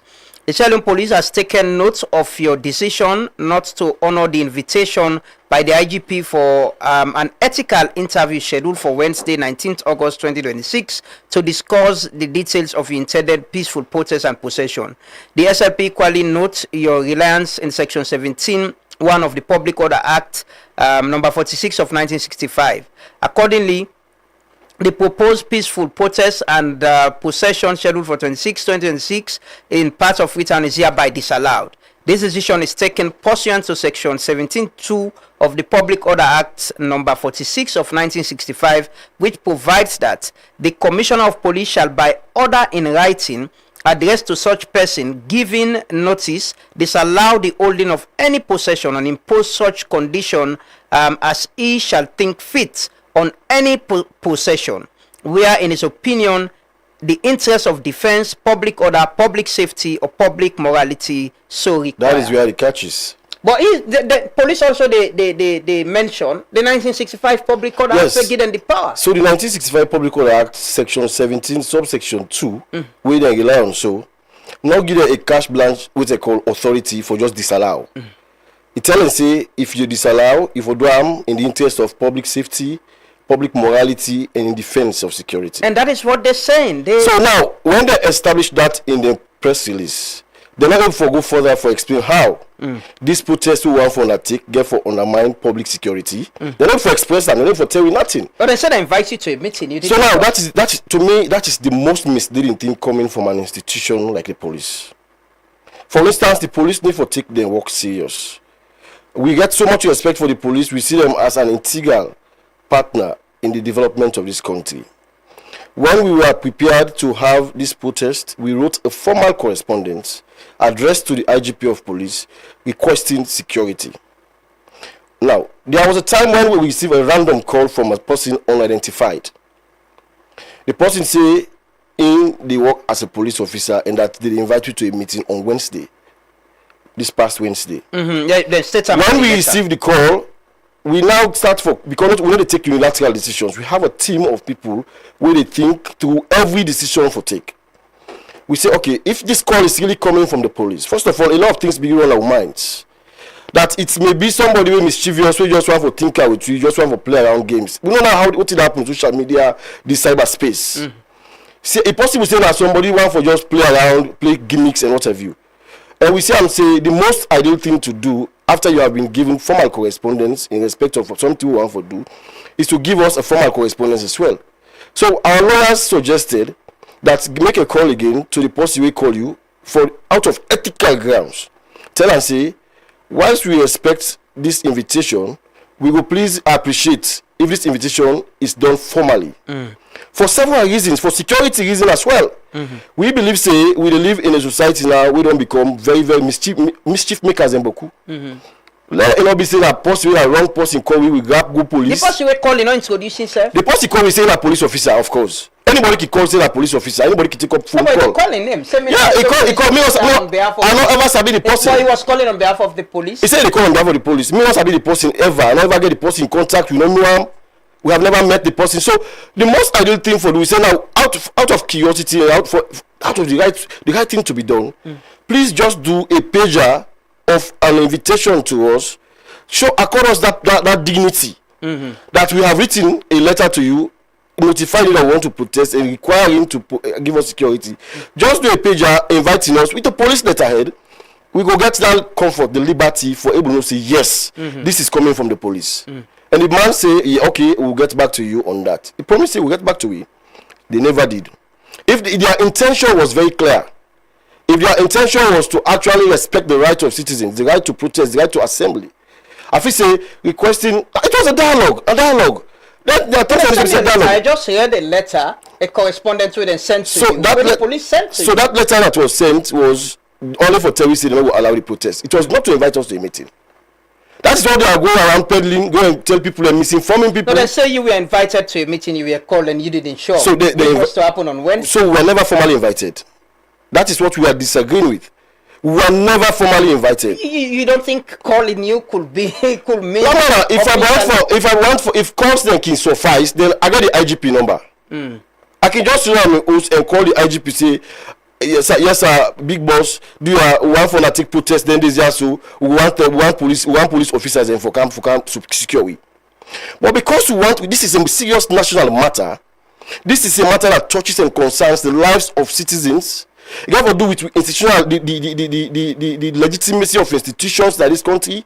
We're talking about the constitutional amendment that is fraught with a lot of anomalies, wherein people of this country don't be made for belief say the constitution don't be passed through parliament through dubious means, and that's not a recipe for people who respect the constitution. You are a lawyer. The police cite the power we then get using the 1965 Public Order Act, while they mentioned the 1991 Constitution, we give citizens power, rights to assembly, and all of that.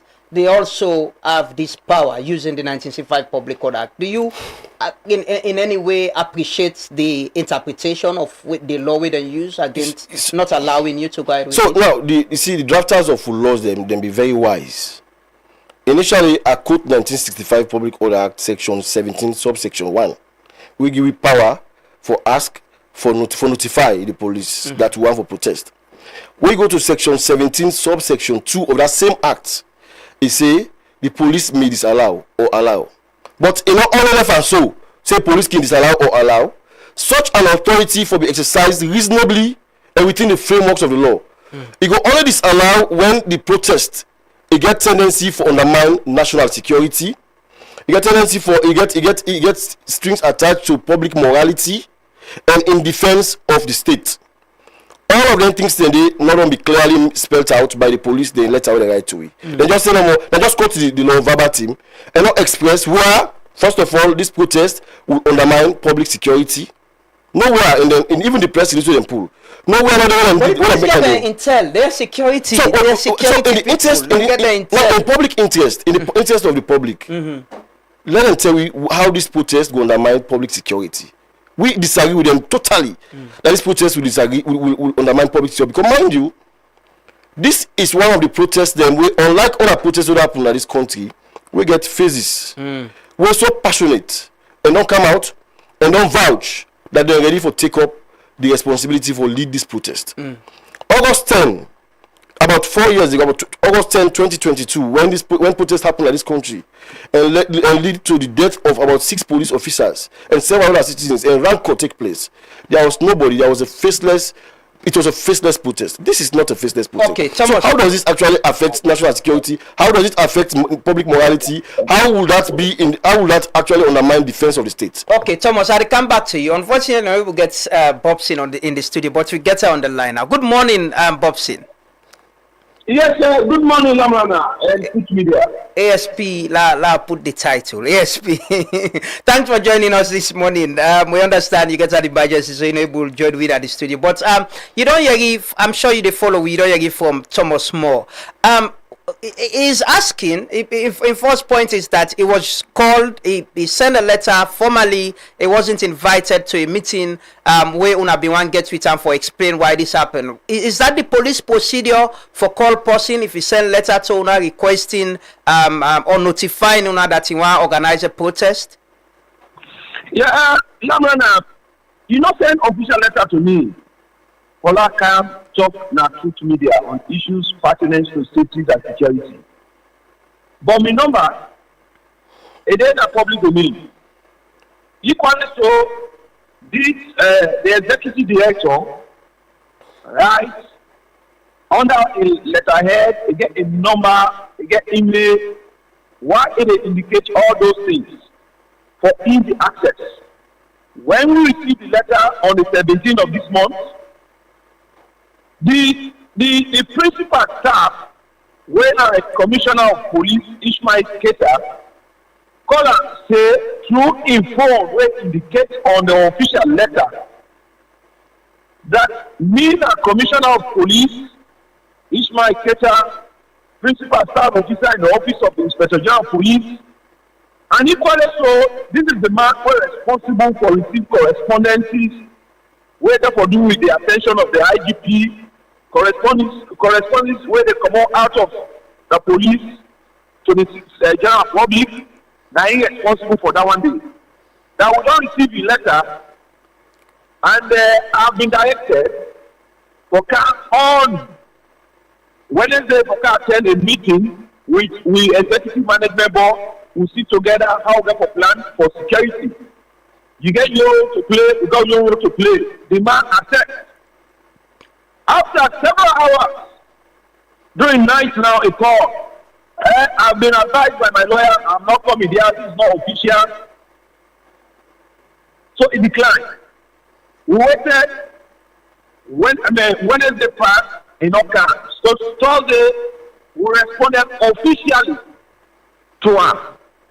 Say making reference to section 17, 3, 2 and 3. Because he already made reference to section 17.1. So we now conclude by ending to say 2, 3 respectively. And having done that, we also put a press release informing the general public that whosoever began intention for joining that plan protest on the 26th of this month, the Swallow Police don't disallow. Making reference to section 17.3 that whosoever take part of any protest where police don't ban to commit an offense. So basically, that is how we operate. When you write for clients, we get two categories. We get the one where the character clients, for instance, you want to seek for a job, you want to travel out of salon, it falls under the office of the head of CID. Yeah, the next one we can for do possession, carnival, street carnival, barricades of roads, paddle, it fall under the Inspector General Police. Normally when they write, what they receive, you get your number, they call you, we don't receive this deal, but you get for camp. Based on that ethical meeting, what they agree now, make to the writing the official that you have been allowed. But equally so, we make reference to the public order act, of which you get responsibilities. We set out your responsibility. And if we disallow you, we follow the same process. So Thomas is saying, yes, in sir, this letter, what una sent to Ramwa don't read, even though una cite sections of the Public Order Act, una not clearly explain waiting na the threat to public safety and security where this proposed protest will cause if acquired with her. I'm not getting clear. So I'm saying, Thomas say, yes, in the letter when I sent to him, the official letter when I sent to him, we dated on the 20th August 2026, I not clearly state waiting na the threat to public security and safety where the protest will cause. Well, that would have easily explained to the man if he won all the call. if ever would they allow or would not they allow. That is the reasons why they call her for go to door. That man a lawyer. We are aware of what they say. Most of the cases that we will investigate will invite suspects or complainant party. If you say me, I'm not a good statement until my lawyer day. Lawyer they go sit down, they ask and question based on the contemporaneous statement taken. So it's very simple. Go, come, the man don't make it clear. And not be ever fear you don't want them meet one-on-one. You call me through phone and go there and hold on. This is also an official way of communicating. No, but why as well? If you can write a letter after, why not as well officially or formally as in write instead of calling? The IG numbers as well, they all over public. You can say I will take a phone and call the IG and notify them, say I want protest. But he writes an official letter, and later una call, he didn't show up, una write a letter. So why not write a letter and formally invite him as well? Say let's come and sit and get a conversation on this. No, this one is very simple. Why do you have to indicate your phone number and email on the letter? For let people reach you easily. Accepted. So accepted. But what I'm saying is, even with that, on the second part, Una send them a letter. So why una not say, okay, because you not respond to we call, we are not going to send you a letter again, but una send an official letter? No, well, Lamana, two things you have to establish here. Mm-hmm. The Sierra police make a call. Yes. The Sierra police sponsor the actual person. Yes.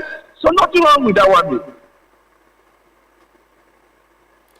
Okay, so it wasn't. It was also not wrong to have sent him a letter inviting him to a meeting, right? Pardon? And they say enough of being wrong. Also, if the Sierra Leone police officially or formally write him a letter and invite him to a meeting, right? We don't get the first communication with him. We write the correspondence. He puts in nobody. Then go and come. If we don't allow now, we don't get the official letter or a written as provided by the provisions. Mm-hmm. If we allow, we equally so they get a letter as provided by the provision. But the fact remains, he was contacted. Okay. And he has said he consented. Okay. After Thomas, several hours, he said, no, I'm not excited. So Thomas, you were called, the person we call identifying himself, introducing himself, and you consented until later. According to ASP, until later you say no, your lawyers and don't advise you. You see, this is the most misleading aspect of this entire process. You see, one of the reasons that we guide we decision for ask for a letter is that sometime last year, we get a colleague, Thomas Pali Babadi, we write a letter to the Inspector General of Police, notifying the Inspector General of Police of his intention for the protest. What they did was to surreptitiously, by corner column, say, "You are come. Now we can't talk on this protest business we write about." You know what he did? Where he go there, because he was not formally invited. Where he go there, then go begin to abuse the right. He was all around that place the whole day. He went there in the morning. He was kept in that police station for the whole of the day. Make like say that they continue for the engage jam. He sleep there. He get calls for the day about a week. Just a simple question, just a simple call we receive. So besides, you see, we just wanted to present a clear case to the police that this is a different breed of people. We don't ask them for protest. We will deal with. What was wrong? Not scared. You've been scared. Not scared. Not scared. I'm not afraid for go to the police. I go to the police every now and then. Well, like the police say, your number Dede, you email Dede. That's form of calling. Lamona, where are they? So I get the IGP of police number. I get over 50 police officers, high-ranking officers, the numbers on the phone. But if I want to engage them on a formal matter, I they use formal correspondence, formal channels. If we use the formal channels and forget onto the police, what's wrong? For me, you use formal channels, forget onto we. Looking at all things that happen on social media today, and looking at the kind of way they can do things. If we be grab, go to a police station, go get argumented and go all possible and say who grab, who attack it. There will be still possible to come out. You agree? No. We never did. When we received the call, the call was made to me. I was doubtful. Now your number then I was doubtful. My number, one of the numbers. I was doubtful that this call come. I never know the person. I've never known the person. I've never spoken to the person. That was my first time. I said, okay. Immediately, I get on to my lawyers. My lawyers advise you know what? Under the circumstance, because we never think say that would be a problem. We just want to let the police know say we are responsible citizens. We self will know. We want to make sure say let's get this kind of cordial relationship. Let's get understanding. Let's get things down because the protest is just one step to several steps that will take in this entire exercise. So if the police feel say we can be stopped, we cannot be stopped. It is just one step among several steps. We get a lot of strategies for engage. You with leaders and institutions. You say they pull people them out. So you go into protest. No. Or you are there to the police let me directive. say this: we are law-abiding citizens. We not go at any point in time go against the laws. We will always restrict ourselves within the confines of the laws governing this country. But we have other remedies. We have a lot of remedies available to us under the circumstance, and we are going to explore them for ensure that our voices are heard. The other day, I tell and say we are not easy pushovers. We are not a set of people where we will just play and toy around with. Over time, the police don't be reputed for being an institution that will never allow people to express their views, particularly on issues related with politics. These are the reasons they were advanced by the people who because this rebel war in this country will make this country go behind for 11 years. People are right them to expressing them views. We are suffocated. People will not be get right for even talk on critical national issues. What happened? They became disgruntled and went to the bush. You are a lawyer. And Sierra Leone police became one of the institutions that has been indicted for causing the war because they undermine the rights of people and be politicized and they know they behave professionally. You a lawyer, you dey challenge the decision of the police in court, or what's in the other means? So there are different means. The court is one step we can take, but that is probably a step we will take later on. But there are other means we will use, and that is why. What's in the other means? Them? What are these other means? Why should they be secret? The police will not. Will not allow the police. Will not allow the police the preemptory. This is a democracy. But what I will tell you is, the other means that will be used will be within the laws, within the confines of the laws of this country. And not protest, right? They will not be protest. That is why we will call a press conference. We'll call a press conference probably later today, where in all media houses will be invited at large headquarters, where we will disclose the next line of action that will be taken. But we will ensure that this particular process and whatever initiative we have to engage the president and to engage the citizens of this country on such a grave constitutional breach is achieved. And it's in the within the confines of the laws. I will assure you. Okay. We'll never go against the laws of this country. ASP, quickly, Thomas was saying, police always is concerned about people and way they call for protests where not able to identify themselves. It don't come out, a registered organization, an individual where don't show up and say, I'm asking for this, notifying the police, and they take responsibility of whatever could happen. Will it not have been right for police for work with them and get a common ground on this and allow them for organize what the protests we want for organize? Or is the police also scared that it's because it's politics? Yes, Truth Media, police is very magnanimous. We receive a letter, we call. The man is refused for calm. How you feel say we to handle this situation? Can't tell you. Maybe even the routes identified in his letter on that day, maybe the routes will be used by other people or will be blocked by other engagement. So we also need to sit together and plan for look for alternative routes then for peaceful atmosphere, because we as police officers we get the responsibility to provide security. In as much as now you're right, you also get responsibilities to those rights. And other people who are also road users, mind you know go take the right for impede into the right of other person. Then they get the right to use the road. Now make a reference to Thomas Babadi and Maddie Williams. Maddie Williams, their own situation scenario will be quite different from this one. They write a letter, police call them, then come to a meeting. In fact, Namina be the first contact person. We meet, I take them to the conference room. How would I want to do this thing? They explain. Regional provisional stance, when I get contact people in a provisional stance, where then they will liaise with regional commanders then, they say no, they don't get. But then, they don't get. How una say una go do that thing that they own and not do it? Una go take the owners for the responsibility. They produce numbers and signatures to those numbers. Say these are people who consented to join me. We are all in this together. We call una make call allow we to get there were 2-3 people there. They say they don't get phone. But we contact you guys through phone before coming here. Less than 2 hours. Now we are not get phone. Also, we are doing the thing of call. We make several calls. Now few we will get. All deny, say they don't know, they're not even sabi people in there. So it becomes out. You they say you want to do this thing and there's people how they do. There's people that deny you. Like when they establish that Truth Media, you get the responsibility. That means you go through processes and procedure for regulating and behavior. In case anybody goes to do and go talk to the caller, now you as moderator, you guide the process. Let us not go use any of abusive language and you go be responsible. You the guide them. So equally so citizens don't want to take responsibility, but they don't feel saying that they right.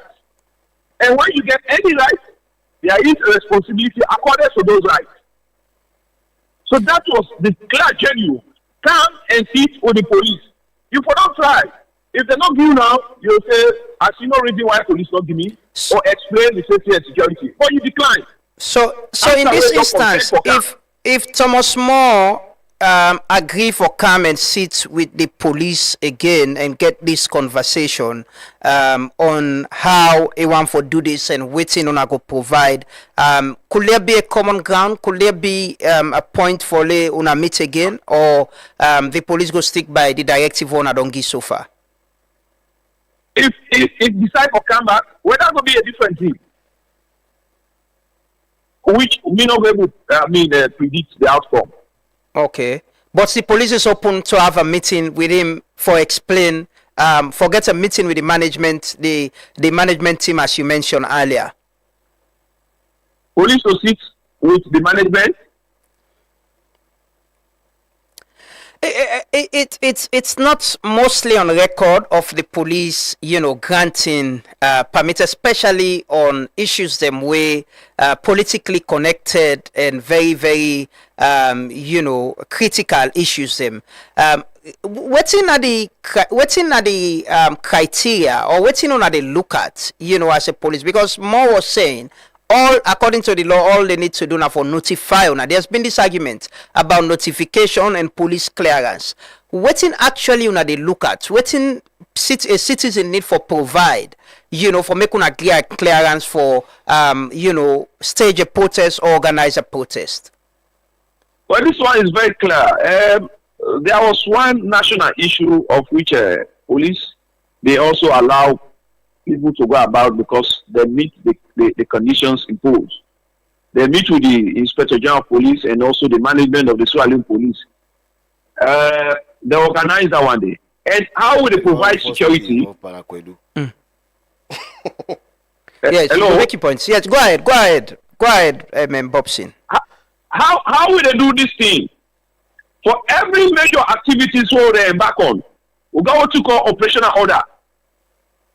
That operational order will tax the commanders then. For instance, if we want embark on any national issue, they can tax the media. Say media ensure you provide coverage for your record. The medical team for first aid in case of any emergency issue will require first aid treatment. Mm-hmm. So now any of their activities then they bring you in a round table. We now sit together and discuss. You get your responsibility, we get your responsibility. But people don't want to take responsibility. Most of the things where police they turn down some of those things. Mm-hmm. Now the responsibility where people don't want to take. And also don't look at circumstances. Some it can be say, yes, you're ready to take up the responsibility. But at that material time, we want to do this thing. Is it not the right thing that day? Not the right time this? That could also be another so I get a lot of things I want to consider with safety and security before I allow such protests. I just get, I remember there was Chadi also where applied some time ago for stage a protest. Police didn't allow him to do it. Well, also what's in the threshold? What's in the threshold where somebody need for the police allow an institution for carry on with a protest? One, when they look at the public safety, if this thing we want to do at this material time, it not going to disturb the peaceful movement of other activities or other people. Mm-hmm. You can also take that into consideration, and that one also provided by the provisions. Mr. Mo know better than I do in terms of law. You know this one. How are you able to turn it to Williams' case? No, this is the fact I'm saying. It's a fact. You know this one. There is the provisions. But Mr. Lamrana, let me tell you. You know what this meeting? Yes, affect public security. Hold on, go answer. Let go ahead. Did explain? Yes. If finally we explain the public land from this, waiting at the threshold and waiting police they look at before they give clearance or deny somebody clearance. You might not give me a chance for life. No, go ahead. You get the floor now. Just go ahead, please. Okay, sir. I mean, brother. One, people protect ownership. Mm-hmm. People protect responsibility. Simple one who work for 2 weeks carnival. Will they call you? This one they want block. Not so you want to get out. Other people that use that. Is there any alternative? Will they sit together, we arrange, and we provide security? We also remind you that any breach in relation to the provisions of the Public Order Act, you will be held responsible. Mm-hmm. Now, we call this the executive director. He agreed. So, okay, they come. After several hours, he said, I'm not the car again. So, what will come to your mind? They not even mean business. Okay. Because they say, he who alleged must be proved. If I say that this I want to do, with genuine mind, I can and sit. If will allow me, if they not allow me, it's okay. So these are also grounds them and circumstances that they look at them. Not that na a punishment, na just a procedural. Not all made the law the day. But they enforce the law. Now with basic mandate that one day to enforce the law. Okay. So and anything go wrong, we'll go be held responsible. So with all the sniff around to look at the public security, public safety, morality, and all other things, then we advise, say this is not material, it's not timely. At this moment now for doing. Okay, thank you. We will come back to you as we try for conclude this conversation. Thomas, the police get the right and the responsibility for protect public safety and security. And in this case, according to Senu, they act the right way. Formally, they can call you because your number they na the letter we sent to them, because you will put the number there because they will call you to a meeting. And you didn't adhere to that, and you expected them to write to you. You accept your own fault in this, that you could have had a meeting with the police and find a pathway and get a conversation? Yeah, you see, Lamana, this is a serious business. When they call, because I don't say my number they public. Mm-hmm. Not to just na letter ID, my number they public. Mm-hmm. Anybody can call me. I don't get who calls them. Whether they call for threatening, whether they call for compliment, whether they call for make mischief, all things that they get things on a daily basis. Mm-hmm. So, on the strength of that, make us say, since this is a security institution, I see them for be very serious. I see them for be serious minded. I don't be feel say, for ask and appeal that let them do formal letter so that I will be rest assured. We will be rest assured that this is coming from the police was a bad thing to be done. But if the police call and somebody introduces them, but like you say, you can clarify further. If you get the number, you can clarify and say, yeah, I want assurance and clarification. Say, so this is the police calling and one for me. And that is what I did. I had to call. No, you made a request that they should send a letter. I called again later and said, now I have received this call, but truthfully, I have my doubt whether this call is even coming from the police. Mm-hmm. Could you please help in doing it formally? Oh, I'm gonna waiting bad for you. Ask them to do something formal. No, but you can't be directing the police. No, I'm not directing. I was just no, but a call from a police. Somebody. No, they don't invite anybody in a police station by call. No. I'm saying. I just have to correct that. No, but it can be. But calling you, a police, somebody very responsible. How would I know that it's a police officer calling me? No, but what I'm saying is you can clarify further. They can clarify, you can check for us, you can get assurance, say, yes, now me they call you, now this person they call you. And now this is why we are calling you for a meeting. And possibly after the meeting, the police can come out with a statement, say, we allow you or we don't allow you. So now, why I not call further? Now, because after the conversation where I get with the police officer, he gave me the impression that, okay, they will get back to me on that. Mm-hmm. So I thought it was a gentleman's engagement. Anybody can get that kind of engagement, and it is the reasonable thing to do under the circumstance. When you receive a call from somebody who you not ever get contact, you know, Sabian. After some time, I call and tell and say, please, I know Sabi you. I get respect for the call you call me. I want to forget this, but please, can you please do it in writing? If they talk about police, they invite people and like police for go give statement without just call. It's not possible. I cannot, under any circumstance, allow my client to just go to police station based on call and just call and so. Every suspect they call a police station for interview, they send a letter to them.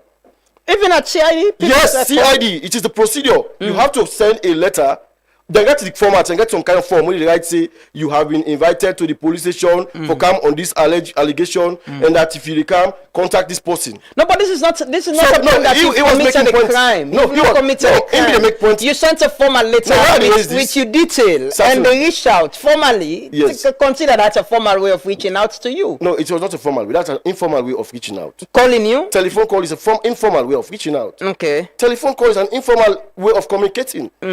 So that was why I requested for a formal communication. You know, they call person informally. If I want to do I don't just call IGP say, brah, you want to take this protest to the one take this protest, brah. Do you want to ask that you provide me with security? But because we respect the institution of the police, because we respect the matter as serious as it is, we decided to write a formal notification. If now then call we and we get doubts as to who called, and then we call back and ask that please, can you please make this formal? That is the most appropriate thing to do. Okay. It will not be, even if you tell and say them for make a formal, that is the most appropriate thing to do. So they cannot bank on that. You appreciate the request they make so, and at this time, there's been instances where, protests, most times, you have people who could take advantage and make them violent and a lot of things. You appreciate, the police, with their own intelligence and understanding, they do waiting right for protect public safety and not only allowing you for protest. The police, every right thinking member of society don't be meant for believe that the police not tolerate any protest during a politics. We get for do it national interest. We get for do it we get for touch and concern political issues. So that is why we will constrain to believe that the police has done what is right under the circumstance. Because if now waiting at the right thing them do, it was very simple when we don't ask, say, please, when I do this thing formally. Therefore, don't do it first of all. We would have had the meetings. We would have gone there. They would have given. We ready for take responsibility. It's presenting a picture as if nobody's ready to take responsibility and whatever. No, this is not a faceless protest, for God's sake. This is a protest with leadership. This is a protest with people who are in flesh and blood. We don't come out and say, we the one for do this for X, Y, Z. Not to go fetch anybody. The purpose is very clear. The objective is clear, which is to go and engage our president, the father of this nation, to beg him, to appeal to him, not to put his assent on the bill that has come from a source, parliament, that has been characterized by so much controversies and imbroglio. So is that I feel say under the circumstance, a police force that is very, very much receptive to the aspirations of the people, a police force that is not actually playing on the lap of powerful political guns. No go deny that. What are you interested in this bill at this time? Because I can recall there were a lot of conversation before this bill, where the bill going to parliament, before it going to parliament, pre-leg and all of that. Institutions were asked to give position paper, and I not see CAN as one of the institutions. Interestingly, CAN has always been operating, but we don't need for doing at the social media and all. No, name only one. Let me get access. No, I don't need to. No, I have access to the number of organizations. Let me make this clear. CAN has been part of the constitutional review process. I have attended conferences and seminars that have been coordinated by government through the Ministry of the Attorney General and Minister of Justice in office, and also international partners where they play a role for this constitutional review process. Our voices have been heard in these processes. If you go check the register, you notice that Thomas More content and other people within CAN have been attending these programs. Okay. We don't need for CAN on social media or television for they say these things. We have made our input in this program. No, I mean when it was in parliament. I'm coming out. So when it went to parliament, we believe say we want to give parliamentarians the latitude and the scope, given the fact that we have played role extensively, not only in fact in the constitutional review process, even in the tripartite recommendations. CAN is part of the resolution 8 committee that was established on account of the tripartite recommendations. The Attorney General office is a place where we have been meeting, where we have been discussing. I have been the person attending those meetings particularly. So CAN has been playing a pivotal role in this entire process. And the role of CAN cannot be watered down by this process, by request for ask for possession. Now, what is the cause of this possession? We believe say a lot of institutions don't write papers. They don't make position statement. They don't go parliament. We don't just say because all man they write position statement, position paper, we say for go right. We want to give space. We want to give parliamentarians the scope and latitude for doing work. Now, where they have failed is where we have written a position paper. Nothing stops us from writing a position paper at this point. We don't write a well-detailed position paper when in the reason we make one for process, for go to State House, and meet the president and deliver that position paper to her. Can you do that without a protest? So now, the initiative was to have a more pragmatic approach, because we look at and say, Chadi, Intelligence Council, Boku institutions, the Boku civil society organizations, they don't write position papers. Parliament still look at them, disregard them. In the midst of all the position papers when they pull, people that don't make a lot of suggestions. Parliament still disregard them and then go ahead and violate the constitutional provision in amending the constitution. So we see and say, if that could actually happen, with all waiting to happen, Intelligence Council, we see a lot of brilliant position papers that are coming. On the president, can you present your position paper or your request or appeal to the president without holding a protest? So we feel say, under a democracy, we get the right. A democracy afford we that privilege, that right, for able process. Why we want to do that now? For let it get greater impact.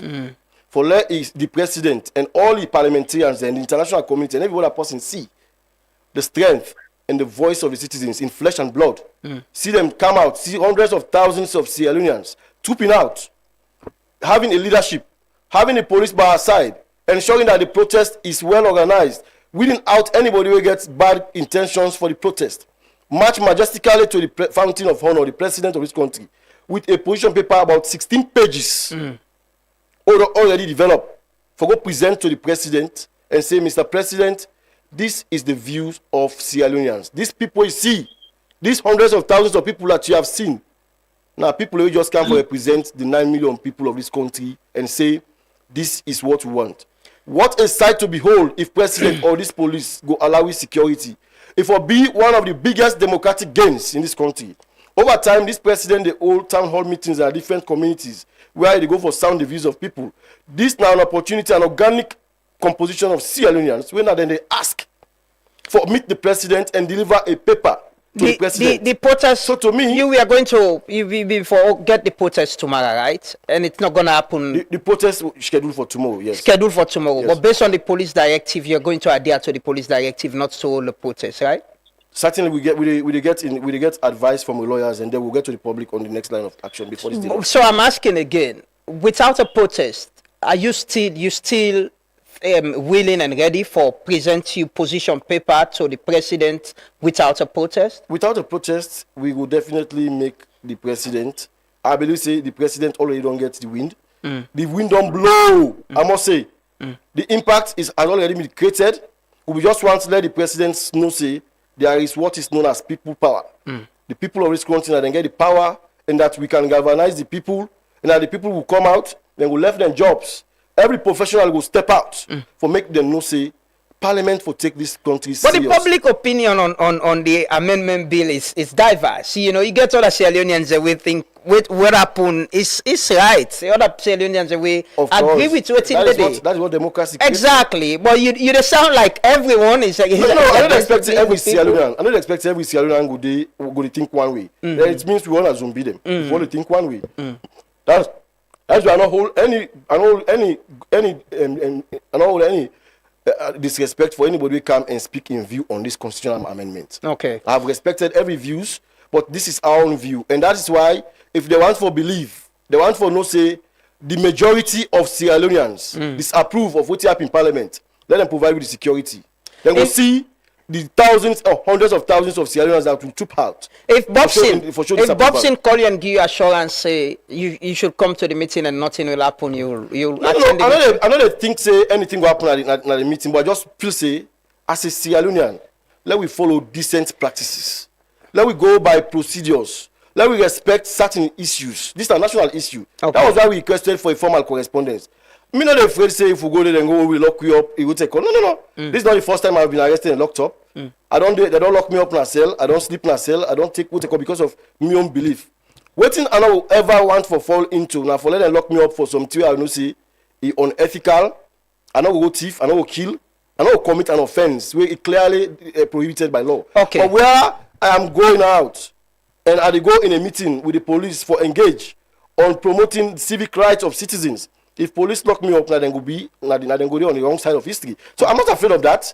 That is why my position where I hold and so firmly. Okay. So to us, Okay. I'll go to Bobson quickly as they close. Bobson, finally on this, is the police open to further conversation on this and see how if more or other citizens them need clearance or notify the police for protests, they can be accorded the security for do waiting they want for do as part of democratic process? Yes, the Salon police always willing to meet and engage with the community. In fact, the trend of policing now, the anchor on community engagement. Why are we doing these things? To draw the police closer to the community, incorporate civil or stakeholders in the planning and execution of policing. Because we want the citizens own the Salon police. When you own the Salon police, you go value the police, the contributions will be eminent. We all work together as a citizens for improve on safety and security. The concern here is we want to let citizens take responsibility. If, for instance, anything way they do, even for establish a radio station, you get responsibilities. Before IMC or other body they can regulate you, they put all those conditions to you. But there's been instances where people don't show up. Chad in one institution at some point. Fatoma, I can recall twice he get meeting with the police, but still clearance wasn't given, for the protests with them they want to do against the Ministry of Technical and Higher Education. Which one? I don't get you clear. Chadi, Abdul Fatoma. I remember this was a conversation we had here and other media houses. He made a request for a protest against the decision of the university court and the Ministry of Technical and Higher Education. He writes to the police, he get meeting with Tuna, but still he wasn't allowed to go ahead with that protest. Well, maybe that was based on also the security issues at hand. You understand? Let me make this thing. Lamrana, the way yesterday is not the way today. So security situations now so they change as times ago. So today you could say at this moment it is good, it is clear. And tomorrow what you see as good as clear, it could be otherwise. You understand? We get the responsibility, not always when somebody will say, but why police not able to manage this situation? And these are some of the things. We sniff around. We also have people who are not even police officers, but they are helping the police with relevant information surrounding safety and security in our respective community. So put all those things together, we analyze, we foresee, using the security lens to say, no, this is not material at this time because of X, Y, Z. No wait for other time. So these are things, but people not always seem to understand. We apply. Okay. So finally, if Thomas More come for a meeting, you'll sit and find, get a conversation on this? If waiting, I'm not able to get you clear. I ask if Thomas More and the Citizen Advocacy Network come for the meeting, the proposed meeting, the request, you are open to having a meeting with them, irrespective of the notice one Adongi.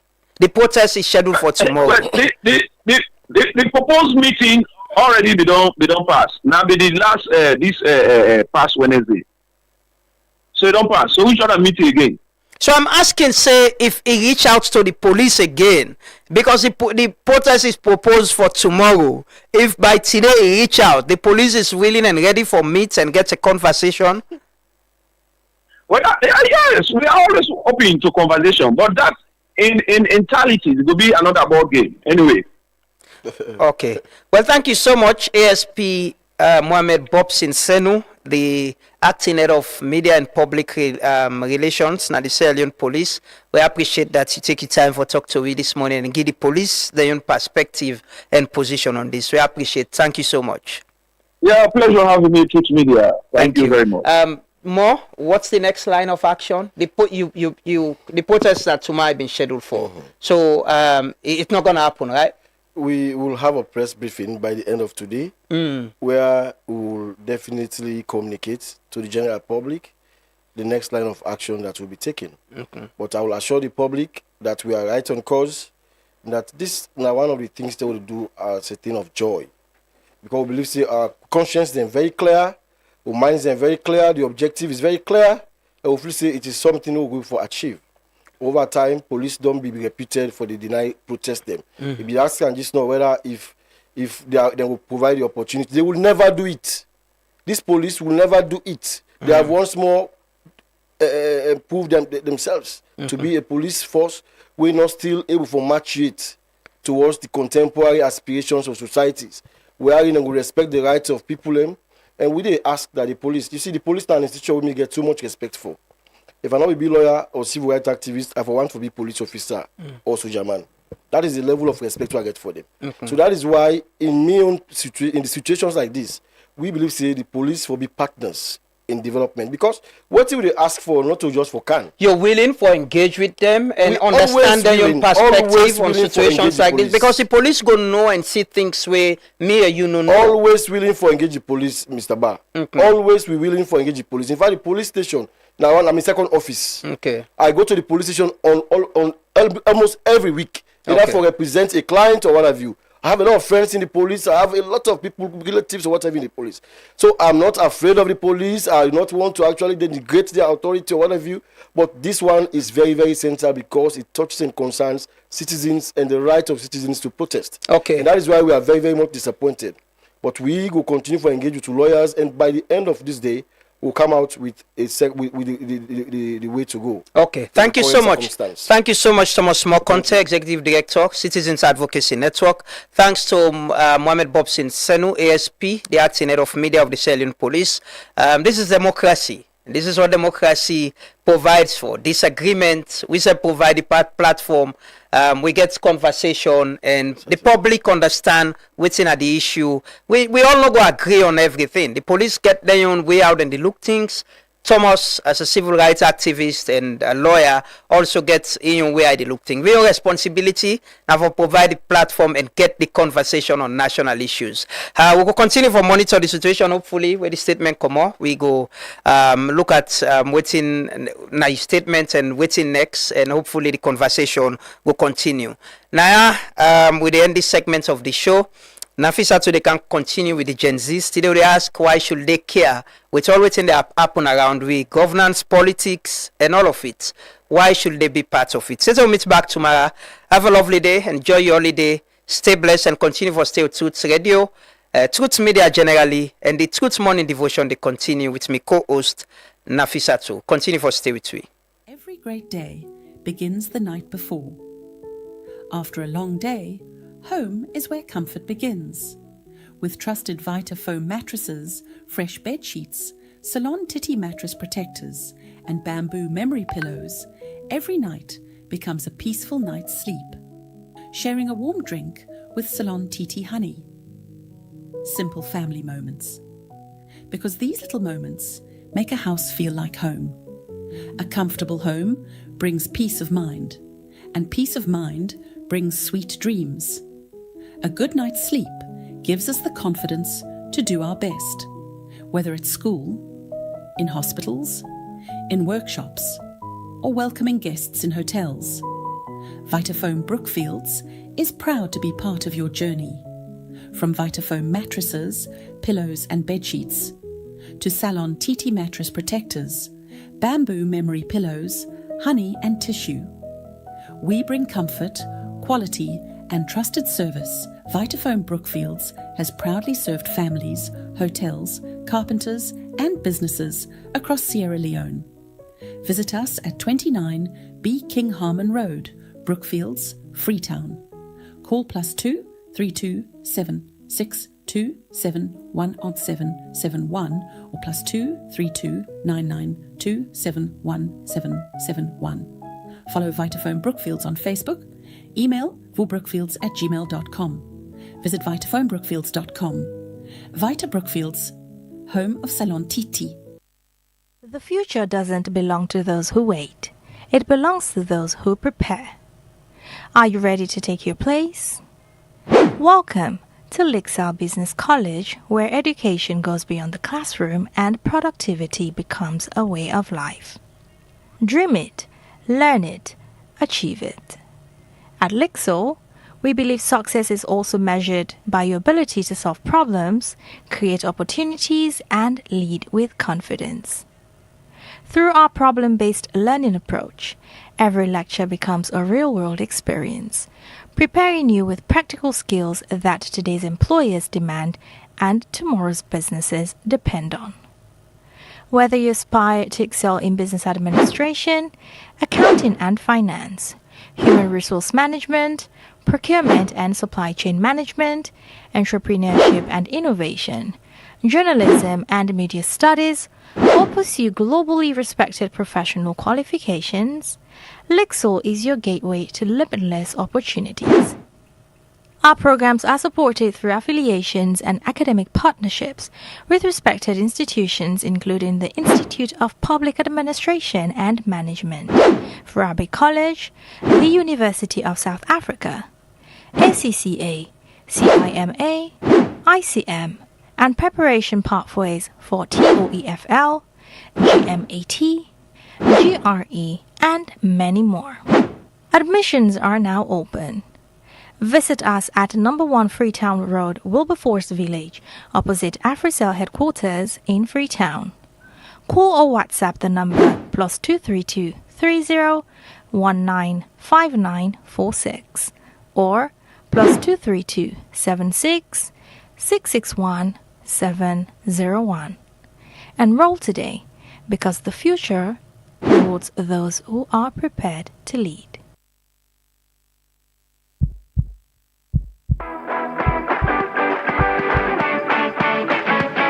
Salon they take action for every mama and every pikin. Together we go reach zero. We all for take action so no mama no go die where it give life. No pikin no go die from preventable sickness. No pikin no go left behind for take maclet. The race to zero they on now.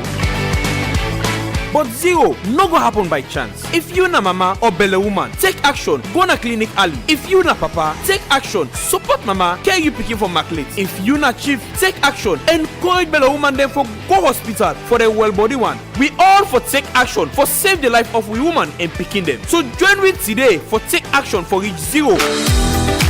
This message they come out from the Ministry of Health together with the Ministry of Information and Civic Education. Again, and welcome back to the other segment of the Good Morning Devotion. Today it's going to be the Gen Z way, but the Gen Z way it's also going to be, politics, democracy, governance, and so much more we get for carry from young people. Then, many a time we say Gen Z belong to the internet age. It's a notion where people get because that's how many young people in there online where it's mostly about the trends, but you get other set of young people again where they lead change, where they care about policies, they care about government, democracy, politics, governance. They're invested in conversations they like this wire. It's not just about the TikTok trends, the post on social media. You get a lot of young people who they do well actually. Most of the time I'm doing the Good Morning Devotion after me opening in the morning.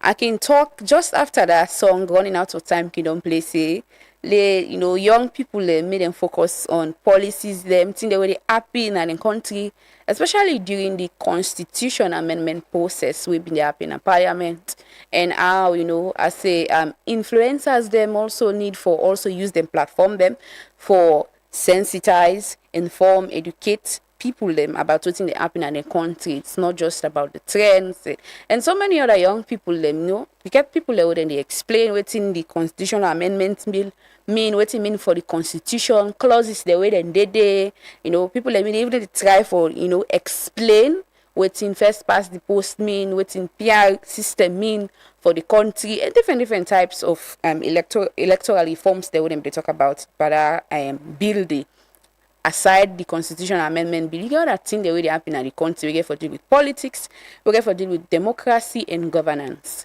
Young people and the way they chip in into this conversation and really, can make informed opinion on things like the wire. It's not always all time, like I can say, the young people is just this funny stuff online. I remember the one time they talk say it was during a protest.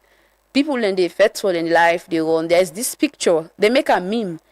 Then to it tear gas. The person take the can. He send them back to the policeman there. And when he do that, then we get different shots of him from when he take them from the gun. He send them. And funnily, we then are always then Gen Z. Then people and the members say they affect all the life, especially the one that when they during the war, that kind of post war trauma really parents. Some people then take it very serious. Then you get people that were not born and during the war, they just tell them about the war.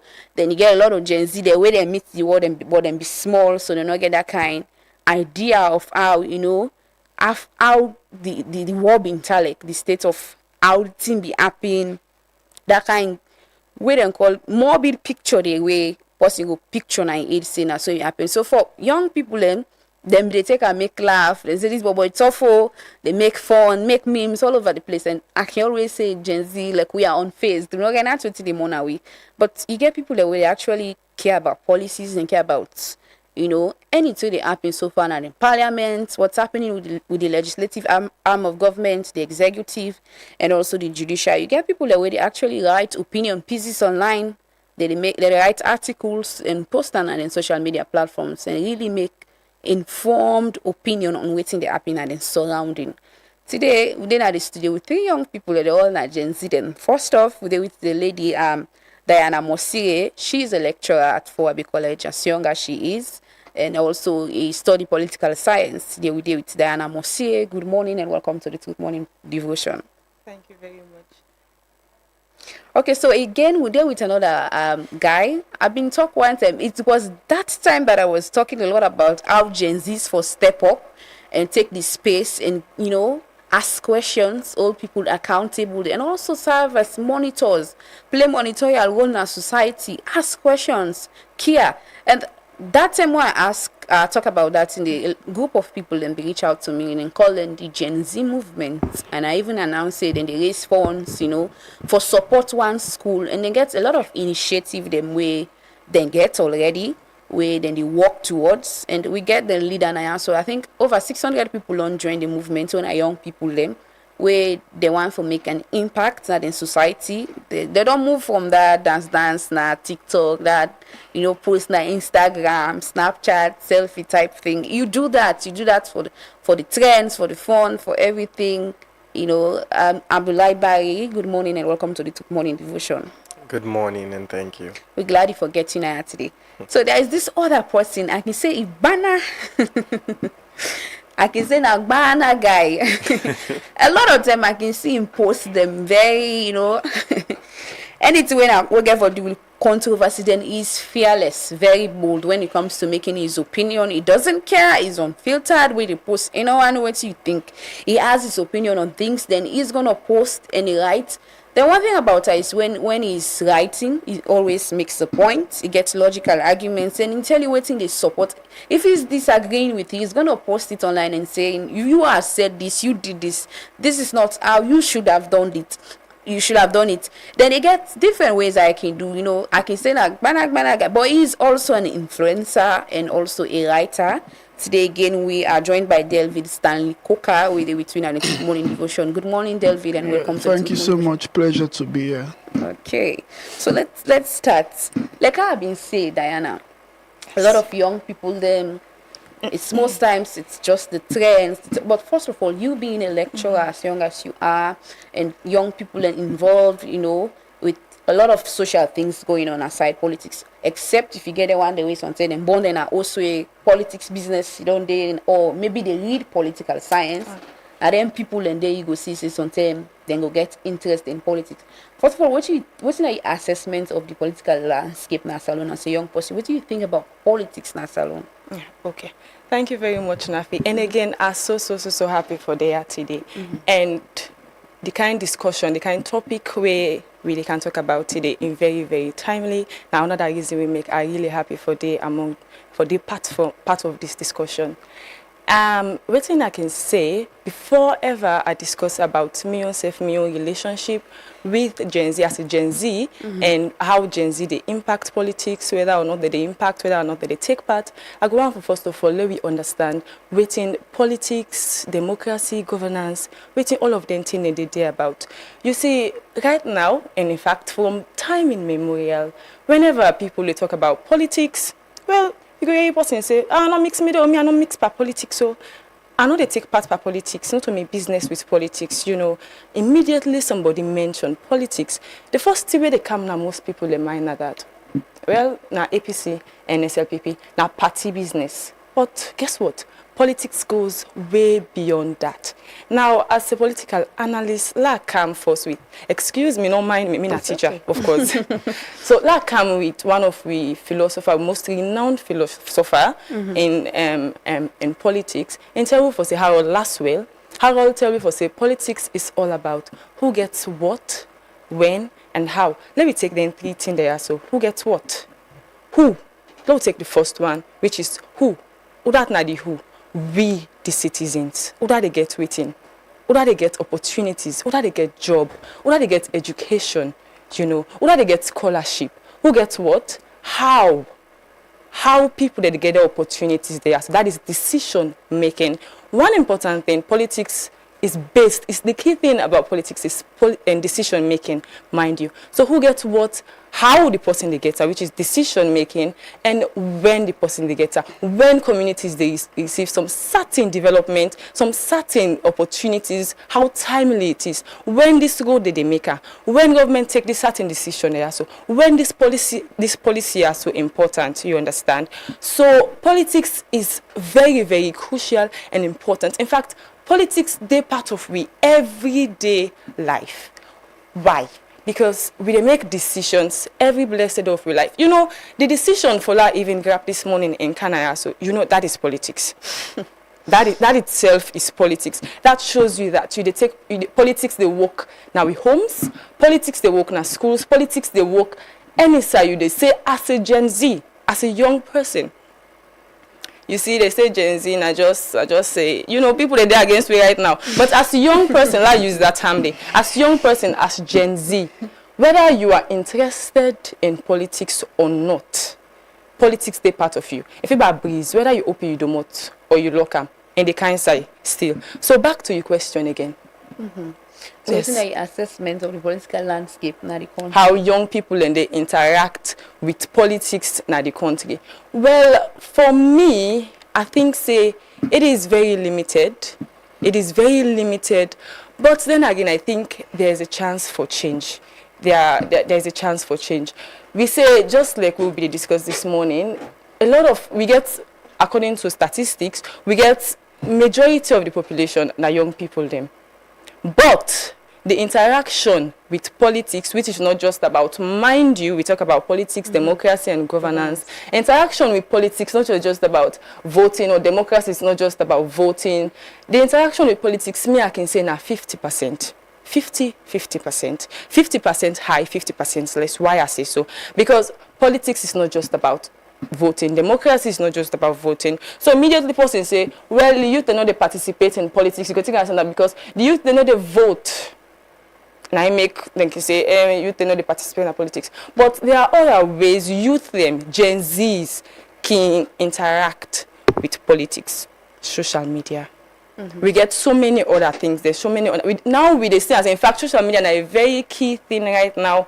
The country, and a very key thing right now in salon and among Gen Z, very common right now. So the way Gen Z, the only thing we can say now, so say Gen Z, they interact differently. Okay. They participate differently in politics, but they are interested and they care about politics. Yes, I passed the mic. Okay, so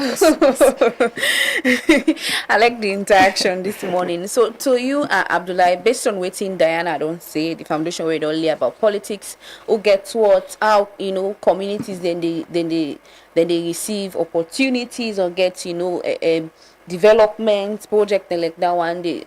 How you feel say Gen Z then kind inside this conversation? Why do you think they should care?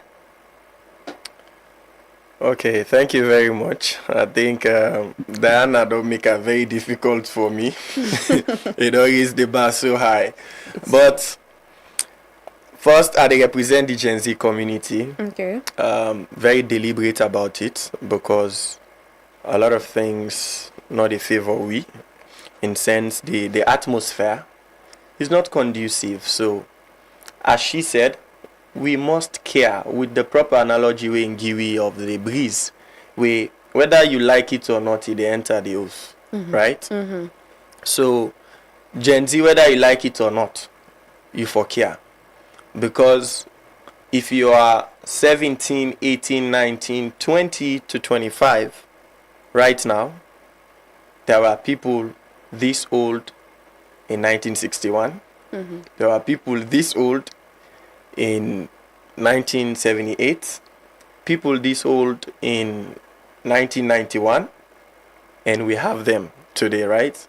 So whatever they happen around the country, you must be concerned, because at the end of the day, a slight mistake we make without paying attention to what actually matters, and then now we the losses, because in the long run, most of these people will not be here anymore. Take it 3 decades from now. Yeah. Most of the people will not be here. So, either ways, the lifeline, the crux, the backbone of saloon politics, I believe currently, na Gen Z, because now we get the strongest decision for make in the next election. Whether people like it and they don't like it, keep saying Gen Z na idler, then keep saying Gen Z na reckless people, then ask them ki normally say, okay, but then just know if we are idle and reckless, we will have to make idle and reckless decisions in 2028. If we are responsible, you leave us to figure it out in 2028. So, because more than 50% of those voting in the next election would be Gen Z. Mm-hmm. Because now they get the energy for go tin up na line. Now they get for dance. Now they get the energy for tin up before camera, make content for you, for send you message. No matter how beautiful your message is as a flag bearer, as a presidential aspirant, it is as beautiful as Gen Z want it. They can make it memes to discredit it. They can validate it. So you have to be very careful with this particular generation. And you must put credence into we own interest to them. But then nationally, the space not conducive for Gen Z. Not for just Gen Z, but for young people. For young people, because the constitutional reforms recently is very biased. Focus is bipartisan, as the Minister of Information be done post. He say the bipartisan bill the non-pass, so I take it from him. And the constitution it was more for me. It's how we they win next election than how will this reflect the people of this country. You know, we constitute over 70% of the country in population. Yeah. So why tripartite sit down and still recommend 10%? I don't know. For we deserve more than that. We deserve minimum 40%, 30% minimum. Just like I give the woman the who glad for. You understand? But then, even the 10% were so unfair. When they go to parliament for amend the constitution, they didn't think about it. That's to tell you, as a young person, you do not matter. And in fact, the recent debate I see the last 2 days now media now that they want to add the number of paramount chiefs in parliament. I still don't know why. Make a old you don't first. Make a old you first. I will move on to Delvid, sorry. I always keep mistake Delvid in name for David. I don't know why. Like King David. Delvid Stanley Coker, right? Yeah. So you know, influencer, you a writer, most times you post, you're active on social media. So waiting you feel say influencers them for don't do, especially during the constitutional amendment process, when it comes to raising awareness, especially this we Gen Z age. You know, many people as soon as say, me for me, I can call we no more just the internet generation. I don't feel like we are people the way they I do, like how this Abdullah say, if we want for make memes for, you know, change the narrative on something for use social media, I think we get the power from that. We can do that. Like if you want for popularize something now, you want for give something that kind narrative, they want for change perspective on some ideas, some ideologies, then you feel like Gen Z get social media where they go use as a tool for, you know, change the narrative. You feel like influencers then we do justice to maybe refer to them because then get a platform already. First of all, I just because I like the question you asked them, so I just want for Rob more to listen. Okay. Yeah. The issue I get with society is the fact that, like me, so most times when I talk about politics, I talk about things that really affect we. You get this annoying talk people and they talk. Pull more spam big people and talk. You know, you're not supposed for. Or you're not supposed for put more spam politics, pull more spam politics. But where time reach for votes now, we did a commit. So if I vote for you, why make another right for talk with you? I want for talk about you. You know? And most times, and to be honest, society they accommodate like free speech or freedom of expression, especially with we young people. So because of that, most of we can shy away. You get a lot of young people the way they think. If you really try to get one-on-one conversation with them, and the idea that whenever something goes bad or something not go well, it's Gen Z and Gen Z and they misbehave. So it don't make sense to me. You know why? Because I feel like people them for be appreciative of we own generation. Exactly. We come and me generation them where they vote by regional line because of me and because of this person I career for votes for them and all. In 2018, a lot of young people decided to endorse a third force. That they show you say in actual sense we young people we really think, you know. But as I say, society they allow we for express yourself, and most times we can shy away. For answer your question on this influencing and yeah, of course, influencers therefore we do a lot the same way because the events which transpired at Parliament and all, it gets for do with we all. It gets for do with we live stream in particular. So I feel like the same energy Woki use for deliberate on sex tapes and other stuff, the way they come, other trending stuff them. If we use the same energy as well for talk about the most important things them, what transpire by this constitutional amendment if I don't better. But unfortunately we never did.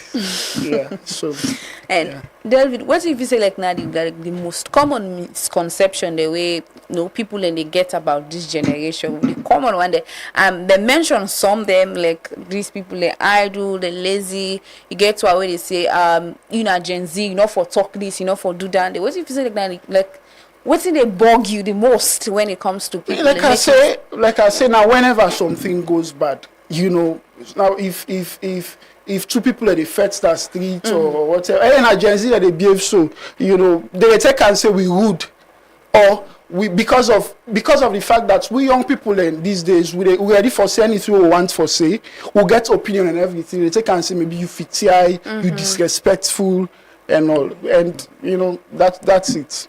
And I don't want me get issue with it really pain me. And we all get space na the platform, right? For thrive, irrespective of age, irrespective of generation. And it's the fact that I feel like I say, people need for be happy, especially for this new crop of young people that we get.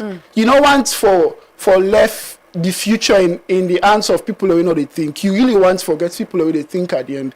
So if you see young person expressive about his thoughts, I feel like you need to give them a thumbs up instead of you criticize them or talk say if it's or disrespectful. And then criticism the most times can make people and they self-censor themselves to go back and say I'm not going for comment on something again. Exactly. Well, I want to add a little bit on which you ask David, say whether the young people are lazy, whether they're this, whether they're that.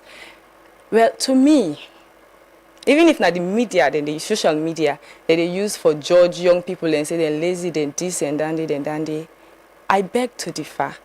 Gen Z we are the most hardworking, not because I am part of it, but we are the most hardworking generation we don't ever see.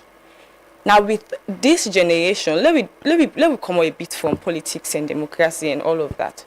Now with this generation, they see people in the sidom, think, come with something creative, create opportunities from themselves, and actually implement them. You see, now with Gen Z, they see even if na little thing you get, say yeah, they make use of them. You know, they try to make something out of any little thing when I get. The only difference with Gen Z and the other generation previously would don't get, I make them say we will fit eye, but we don't fit eye. You know, those days, the big one then they use for intimidate this small one. They say even way big one they talk to you for look down. If you feel intimidated, if you look down, you know, for what we don't affect the confidence of most people. And no disrespect to the millennial, but we don't affect the confidence of most grown-ups right now. But with Gen Z, we are very fierce, we are very fearless. You understand? Where even when you relate them to politics, that is a very important thing. In politics, if you want to voice out your opinion, public opinion, if you want to point out something, if you want for help for impact policies, which is actually what democracy is all about. If we don't talk, so even according to the Constitution, 1991 Constitution, Section 5, subsection 2, talk for say sovereignty belong to we the people. Who are the people? Gen Z is the majority in the majority side.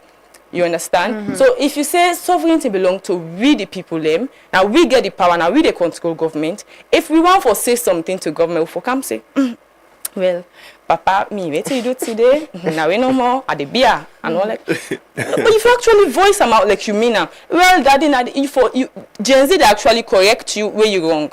They share their opinion, especially this social media, yeah, so they use that at their advantage. If just like what you talk about David, if he's not okay with something, and they tell you, and they voice them out. You understand? Amadou don't count in your media, in your movement, will be for say try for change policies. They are fierce, they are fearless, and then they affect politics, not in a bad way, but in a very good way. Yeah. Like for old, you know, power to account, ask questions, accountability, demand transparency, all of that. Exactly. So Abdullahi, what if you say Gen Z then for do differently, the one in Salona? You get Gen Z then like I say, they drive policies, they make protests, create change, make something. Sometimes the protest is online, you don't need to forget yourself now one space. Sometimes it's just petition and they sign online for change, seeing them for create change. What if you say the Gen Z then as Salonia for do differently? Because all they talk Gen Z, me not Gen Z, but you get also a set of people in this population, and again, not what they do. They don't care about policies. It's true. We can say no, but that's the notion. Only people they drive, but now waiting they happen. Sometimes if you come online, the only way they want to about for cost themselves per life. We come all day, something wait, something in nude league or something they make that they cost in company for man. They're all over the place with an social media. You get another set again with like una kind them, no shades, no but people and like that and the way they know more than they for online agency. They don't care. Although Diana say we do things differently. We don't have to do it the way conventional way everybody they do. We unique. We do things differently. But how can Gen Z and a salon? How then we able for change the way that they do things? How then they step up? I think Delvi don't start with saying, see, we are the people that we vote rationally. We're not a vote based on tribe, based on region, based on a lot of things. But beyond that, when you mention protests, Laro Motley Small, do you know this is the country where you have a right in one set of the law and the other set of the law they contradict them, right? Section 17, sub 1, 2, and 3 of the 1965 Public Order Act. Now, the most confusing part of the laws of Salon I don't come across. I see can say they want to do a protest. Then one they tell you for notify. Two they tell you say if your notification not accepted by the commissioner, you know for do. And three they tell you say you do harm that they owe you something like so. We can't protest, but we will. How? We protest will be in 2028 when we go to vote. And that is why the Gen Z movement, to raise awareness, to awaken. Now we should be participants, because we believe, say, the young people of this country must be valued beyond the ballot box. You know, go keep we hungry 4 years and 6 months, and then 6 months to election, you can't dey left money anyhow. I think gone are the days when they can't give you one bag rice, one polo, 50 million for vote. That is what we young campaign get for focused on, is that you should vote for policies. As citizens of this country, you for be able for vote for something that is going to reflect the people of this country. At the end of the day, if we make a bad decision now, we all live with them for the next 5 years. Yeah. And we don't want that. We are tired of una time no reach it. Una give we more time. You want tell me, say, since 1996 where we start to now, you still want more time? Since 1996 to now, you want more? No, excuse us. Your time is up. And Gen Z need for come into the space. It's disheartening for lay, say not even 5% of members of parliament are actually youths. Not to talk of Gen Z now. You understand? It's so annoying. And that is why even waiting then go sit down pan at tripartite, they recommend 10% for youth them. We're very unfair. We cannot constitute over 70% of the country in population, and you give it 10% for elective and appointive positions. Though unfair, you still not consider in the constitutional amendment. You cannot reform the constitution because of you want it to fit a certain political era. No. The constitution for reflect the people of this country. The amendment be needed for solve a particular problem. And the biggest problem we don't get by elections na saloon, it has not been money, it has not been it has not been the violence, because for me I feel like na part of the process. These are things when are part of the process. It's electoral transparency in all day, accountability in all day. The reform on the Electoral Commission of Sierra Leone should have focused on how we promote electoral transparency. Exactly. We had the other day where OR Dr. Sylvia Blyden, they talk about how 2012 they win election. He asked Christian Atop, when I've been the returning officer, ask and say, hey, we want to get the disaggregated data. Why? We want to do analysis. Who say we for strengthen we party? Who say we do well? How we for maintain them? And the message was that for the peace of this country, we not go able left that result today. Why? Result we announced, he say for the peace of this country. 2007, Solomon Baywa say win. Recently, 2023, Dr. Samuel Kamara say win. They asked for electoral disaggregated data. That should have been the point on the Electoral Commission, not for go get PhD, not for no.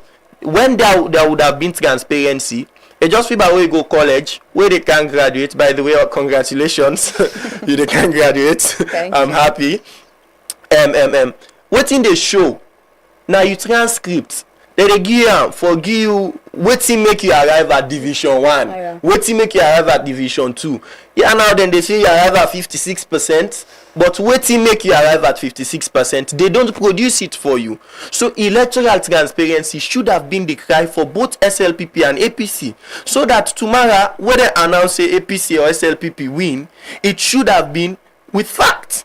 But now they make every time everybody where they lost election at saloon, they say they go down. Question the process. You understand? So it should be focused on electoral transparency, that particular one. Then go beyond to the point, say they want to promote human rights, and then say independent candidates not for contest for presidency. Yeah. In my honest opinion, I feel both parties are afraid of what happened in Senegal when an independent candidate, Diomaye Faye, became president. Why? Because the young people woke up. And there is a tendency, they might have seen that the young people of Salon don't they wake up. We cannot allow that. That is why they no go don't permit an independent candidate for contest. Because what is wrong with an independent candidate contesting? If you listen to the arguments that would then be the raised, they were very flawed. Some are saying it go eat power party in stronghold, this, that. Come on. That's not the case. And we as a Gen Z movement, we're actually looking for policies. Now how they sit down, they wake up, they watch America election, morning internet. Hey, if Trump win, the foreign policies then go affect Salon. If Democrats win, it go better we and all. why don't we look for policies where you can to saloon? Yeah. We dey look for region. I read the other day in a one TV station, big man they tell we say this year whether APC or SLPP we want to support an Easterner. When we as Gen Z they suffer, when we are not part of the process, we not feel like we eligible. We cannot be eligible to vote for you to say you're fit enough, but we not fit enough for contest, right? Or you know they give the platform. This is one thing I always they talk, Abdullahi, about how we dey vote in a salon. Most people from time immemorial, it's just regionalism. Ways they don't get and see this now this. They never vote for ideology. They never vote for waiting. They don't want to know waiting they can. It's not that they vote for. What is they vote for? It's either they vote for color, they vote for tribe, they vote for region. That's they vote it. For place. The ideology it's of we political party there, na tribe and region. And that has to change. We have to start looking out for beautiful policies. You know, if policy fine, it will reflect we all. And my message to them is, please, whatever they're doing, let them know the constitution must reflect the people of Salone. You understand? And if the constitution they impose a fear factor per week, the laws they impose a fear factor, then we'll just be people. I don't know. We still not get over colonialism. We are voting, but we are a sovereign state, but still colonized by the political sector. I feel like the space should be detoxified. You understand? Yeah. The people should see hope into what you're bringing. The policies you're putting in place, are they being implemented effectively? Yes. It's, you know, I'm very happy. There's one thing I know. When the president wants something to get done, it definitely gets done. Yeah. You saw it with the ECOWAS building summit, and the summit, right? And you even saw it with where they want to amend the constitution. Yeah. Then go till 2 a.m. the other day. I was surprised. I left me study the watch parliament, right? It tells you when the president wants something, it gets done. And the president for the put youth them part of his speech no more. The president don't empower a certain set of youths, but open the scale, not to those who only have access to you, but let the space be open for even those who do not have access to you. That is what the president should do. And if funny now the president and be the big we for low pass the bill a day before them pass the bill or so. Now they beg the president, let the bill not go into law. You see the political number. We have a constitutional crisis. And lastly, Ola, I want you to know that the constitutional crisis at a national level is born out of the intra-party constitutional crisis we get in this country. When you go to the SLPP, we don't even know who is eligible anymore for flag bearer. The other attendant, they say now that don't reach a certain grand chief patron, if I don't be secretary, if I don't be chairman or leader or deputy leader. That was it before, right? But we still not able to get a perfect definition of who is a grand chief patron. It's up to date. When you go to the APC, there's already a constitutional crisis with them party, whether the executive in tenure has expired or not. I hope you understand. Yes. So it tells you that the constitutional crisis where we get in a parliament eventually is born out of the fact that these are the only two parties in parliament, and these two parties have constitutional crisis internally, and that is what is reflecting on our national constitution. And I think it shouldn't surprise us as a citizenry. You understand? What we are saying is, whatever they are doing, for now that they are the sole actors in this space, it should reflect the people of this country, particularly my generation, that is the largest community that holds a decision. So now move now to Delvid. Hold on, Diana, quick. So I want move on to Delvid, because the first point I've been talking about before, you know, and they reached to Abdullahi, was how people in they use social media for chase clout, entertainment. So I want to ask Delvid quickly at the council, Diana. Yes. Whilst you go the thought process now, you know, you cook now at the council you.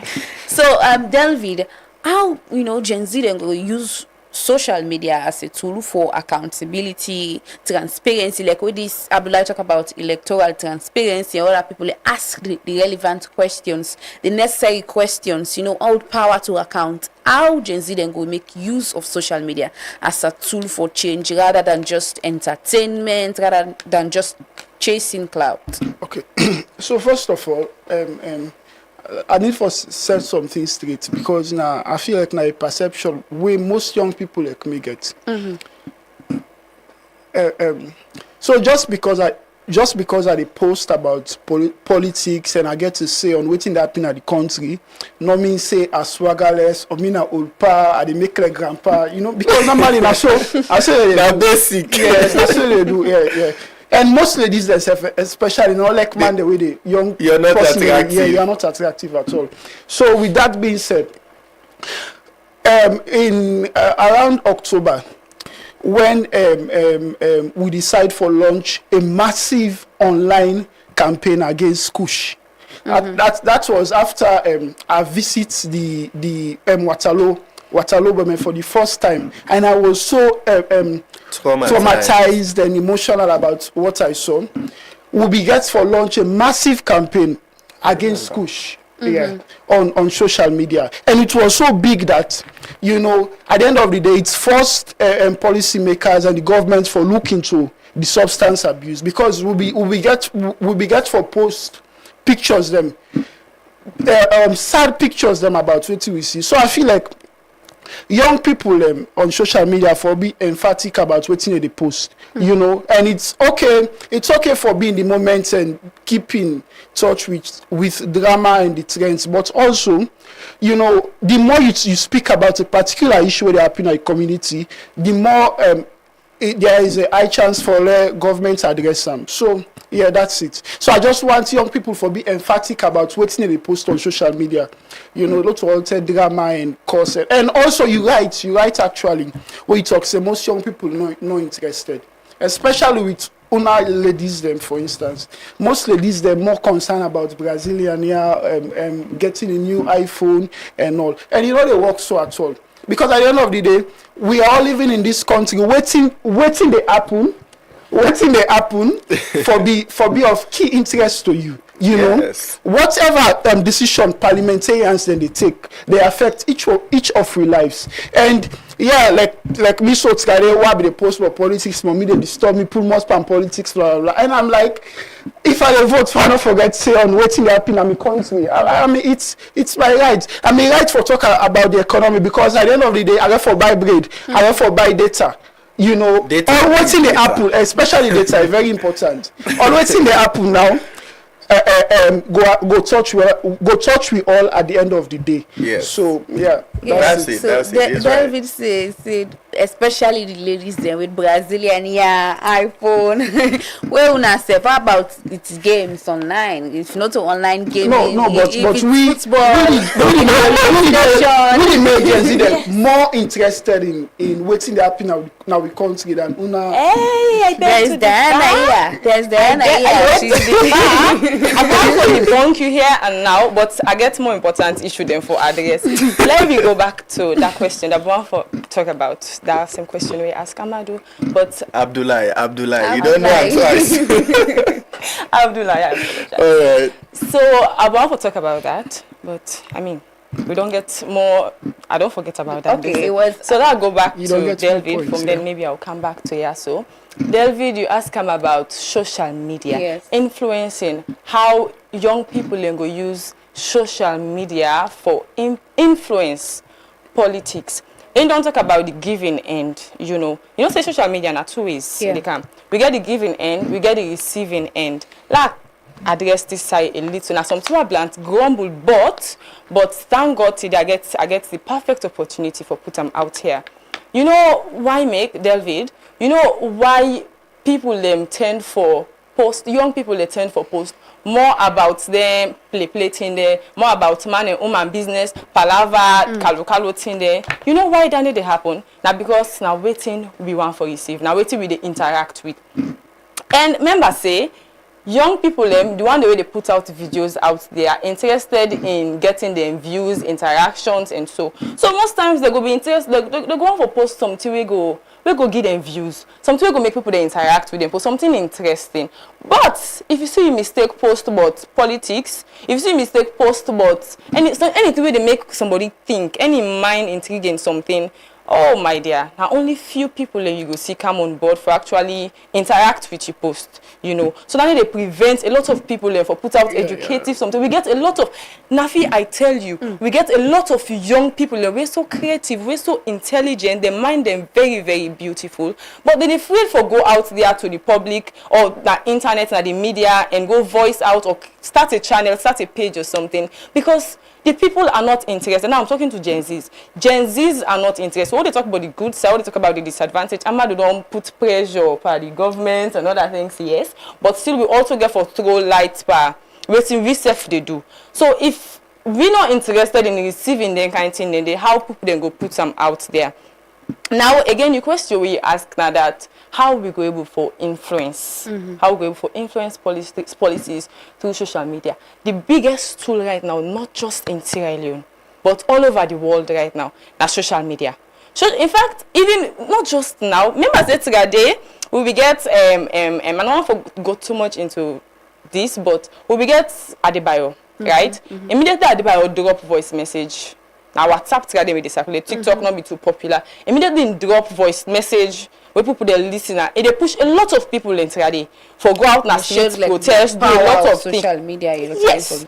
Social media is very, very powerful. You can use them for the negative things, you can use them for the positive things. So now you as a young person, you as Gen Z, if you want for influence, you want for change things in society, talk about things the way governments know they do right. Public opinion. Well, like you say, freedom of speech, you can express, but there is no freedom after speech. I beg to differ. I feel like that is a very big lie. It depends though on how you put them out there and how you express yourself. Your freedom of speech, how you express them. So it depends on that day. Because you know go say you want for criticize, constructive criticism no day. You want for curse the first lady, you want for curse the president, then you expect them for come and say, hey, now this and this, you say no. So as long as you criticize responsibly, as long as you tell the way for as long as you talk, and there are so many other ways. Petition then, Nafi. You mentioned petition just now. Yes. We can do that day. Now we get access to members of parliament. We get access to ministries. Now, if you want to use your platform, your social media platform, then they also know a way for engage. If they say, okay, today I go interview Ivona Kisoya, I go to your office, so do a vlog. I go to this community. So research is the basis of politics. Mind you, I forget for mention. Research na the foundation of politics.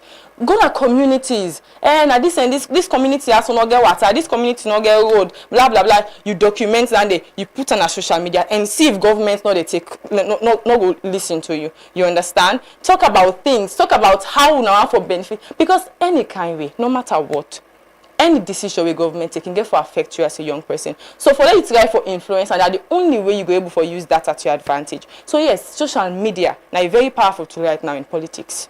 So to you, Abdullah, what do you feel like? What's in good governance look like? What's in good governance look like as a Gen Z for you? What do you expect? We governance in a salon, democracy, politics. What are your expectations as a Gen Z person?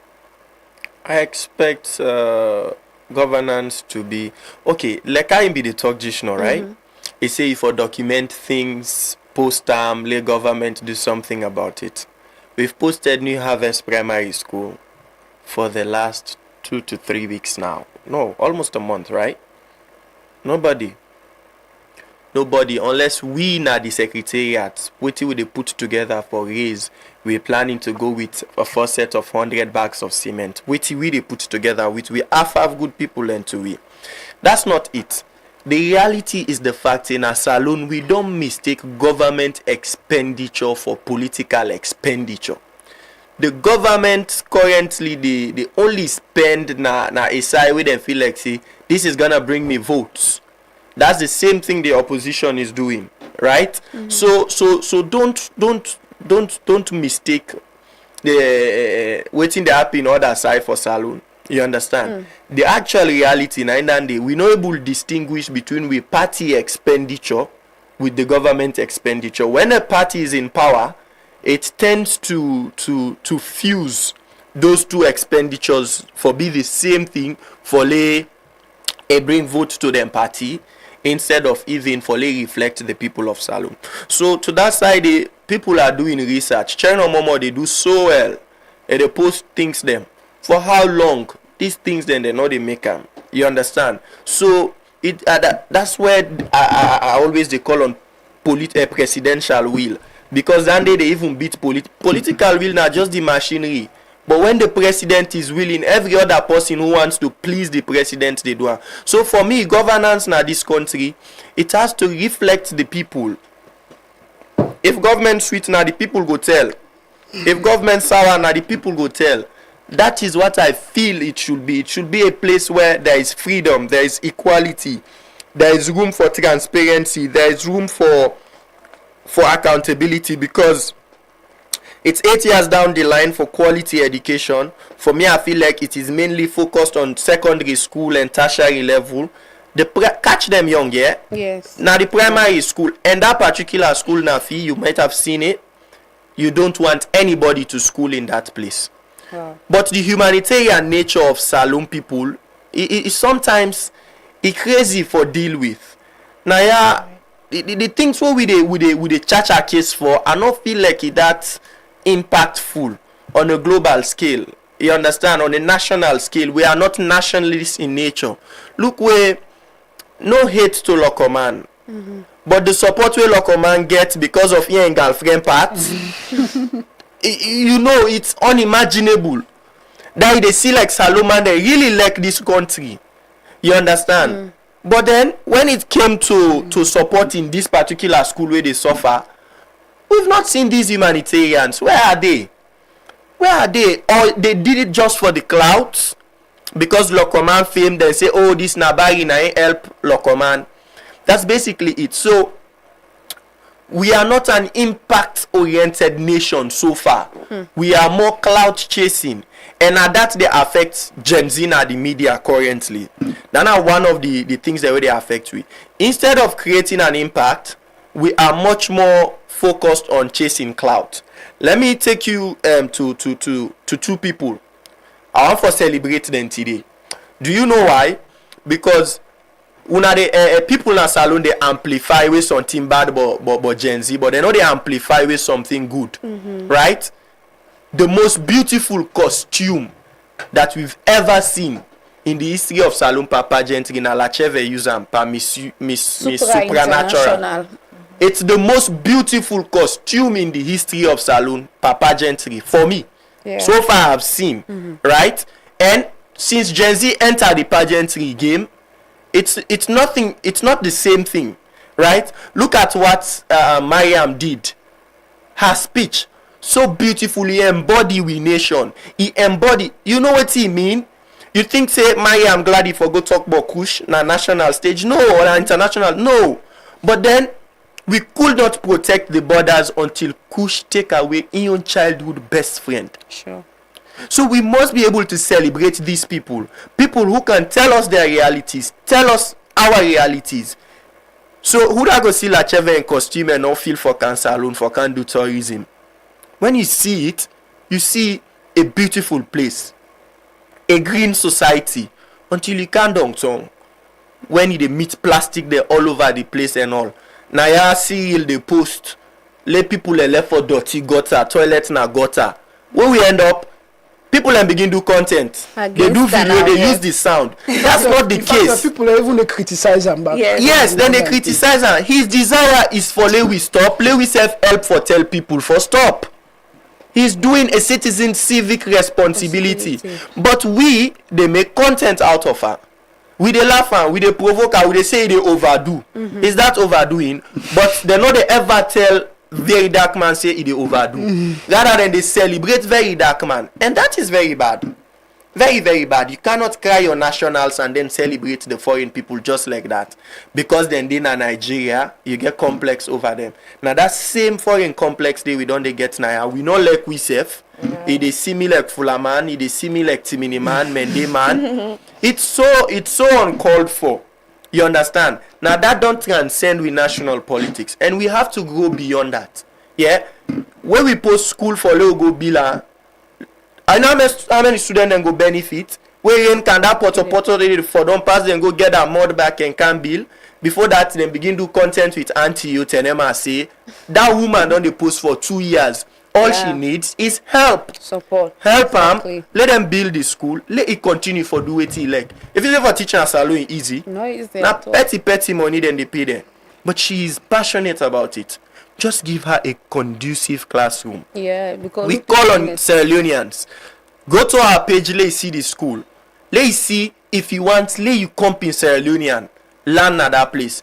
We get school celebrations in Naya. Me school we raise more than $3-4 million. Now Prince of Wales School, right?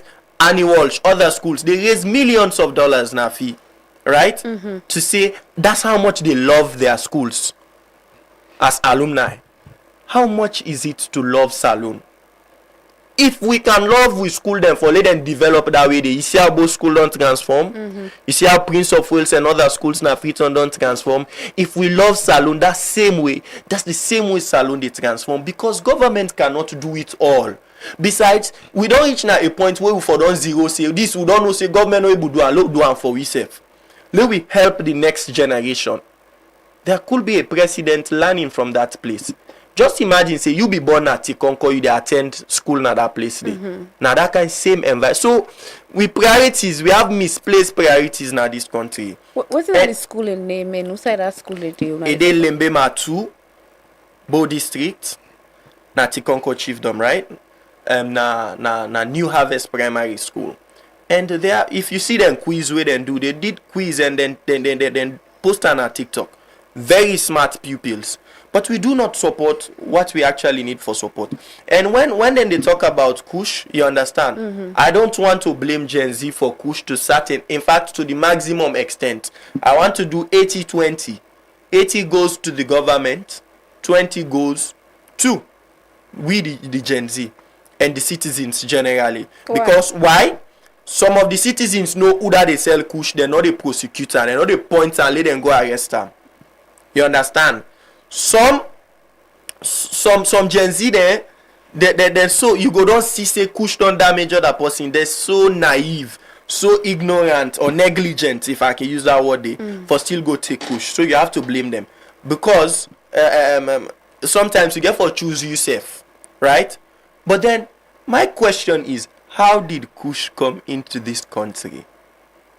What happened to the borders? What happened to the security apparatuses? How did the police let it? What happened to the immigration department there? These are questions we should ask. So if now government they control all their ministries, their agencies, then I think honestly, then for that Kush they not for don't can. And when Delvi they launch now the online campaign against Kush, they even say they want to do 1 million man march. Exactly, yeah. And then stop them. Yes, of course. Then stop them. That should have been a statement. There was no reason given because we asked for a reason. We jail and try for set the protest. 1 million. There was no reason at all. No give reason. Just say they're not for allowing, and that was it. So 1 million people learn for no match for. We should have. It happened on the other side. If you said you want to take Kush Gladi, they're not Gladi. I have a lot of colleagues. Sometimes you know Gladi for talking. Some of these people who they go school, they are school prefects. Myself don't go. You know, I think the latest documentary will do it's around that on International Youth Day where myself go to that Waterloo Pomede. I went there. I talked to young people and some of them say they want to go to a rehabilitation center, but because of they get some kind bad wound in their foot, they don't accept them because they not can mix them with other people. We come out there, we go funkia. Ladies, them. She said she's 21 years old. She has 3 children. 3 pikin and I get 21 year old. They already get 3 pikin. Then people then they use them body. They supposed to dress fine. You know they smoke kusho boy. They can't meet them for making gay and sex for body. Then way don't they pay. They beat her. They say come on look how you dirty. Come on but you don't actually don't just ask her. You don't engage with them for that one day. So now I move over to you now, Diana. Being that you're a young person, you're a lecturer. What's a good governance sound like to you as a Gen Z? First of all, now one question that one day. What's it one for I like where you put her as Gen Z. Yes. because I tell her behind say Gen Z means transformation. Gen Z means we detoxify the mindset. So Diana, let's go again. So what's a good governance mean to you as a young person in this country? And what you want for us to change within the next 5 years?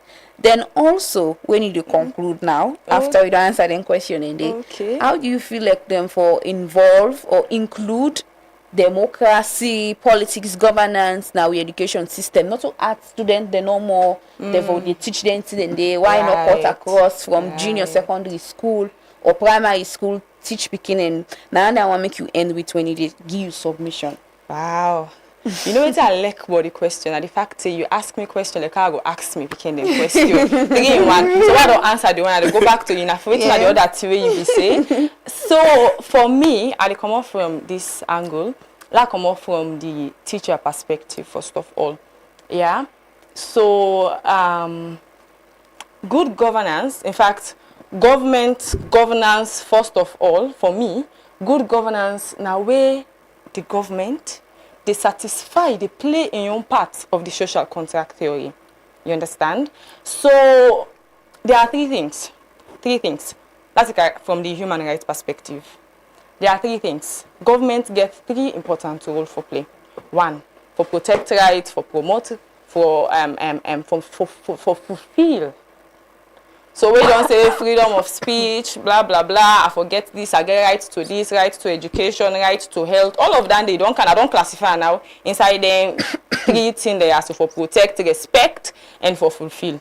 You understand? So, for let classify a government as being good, as a governance, as a government as playing their own part, if you're first of all able to respect the citizen in rights, we get. If you don't say this is not the constitution is the foundation of every nation. If we don't say this is not the constitution, now this the constitution don't say. Now this the constitution don't say now the rights of the citizens, rights to life, rights to this, rights to that, they protect them.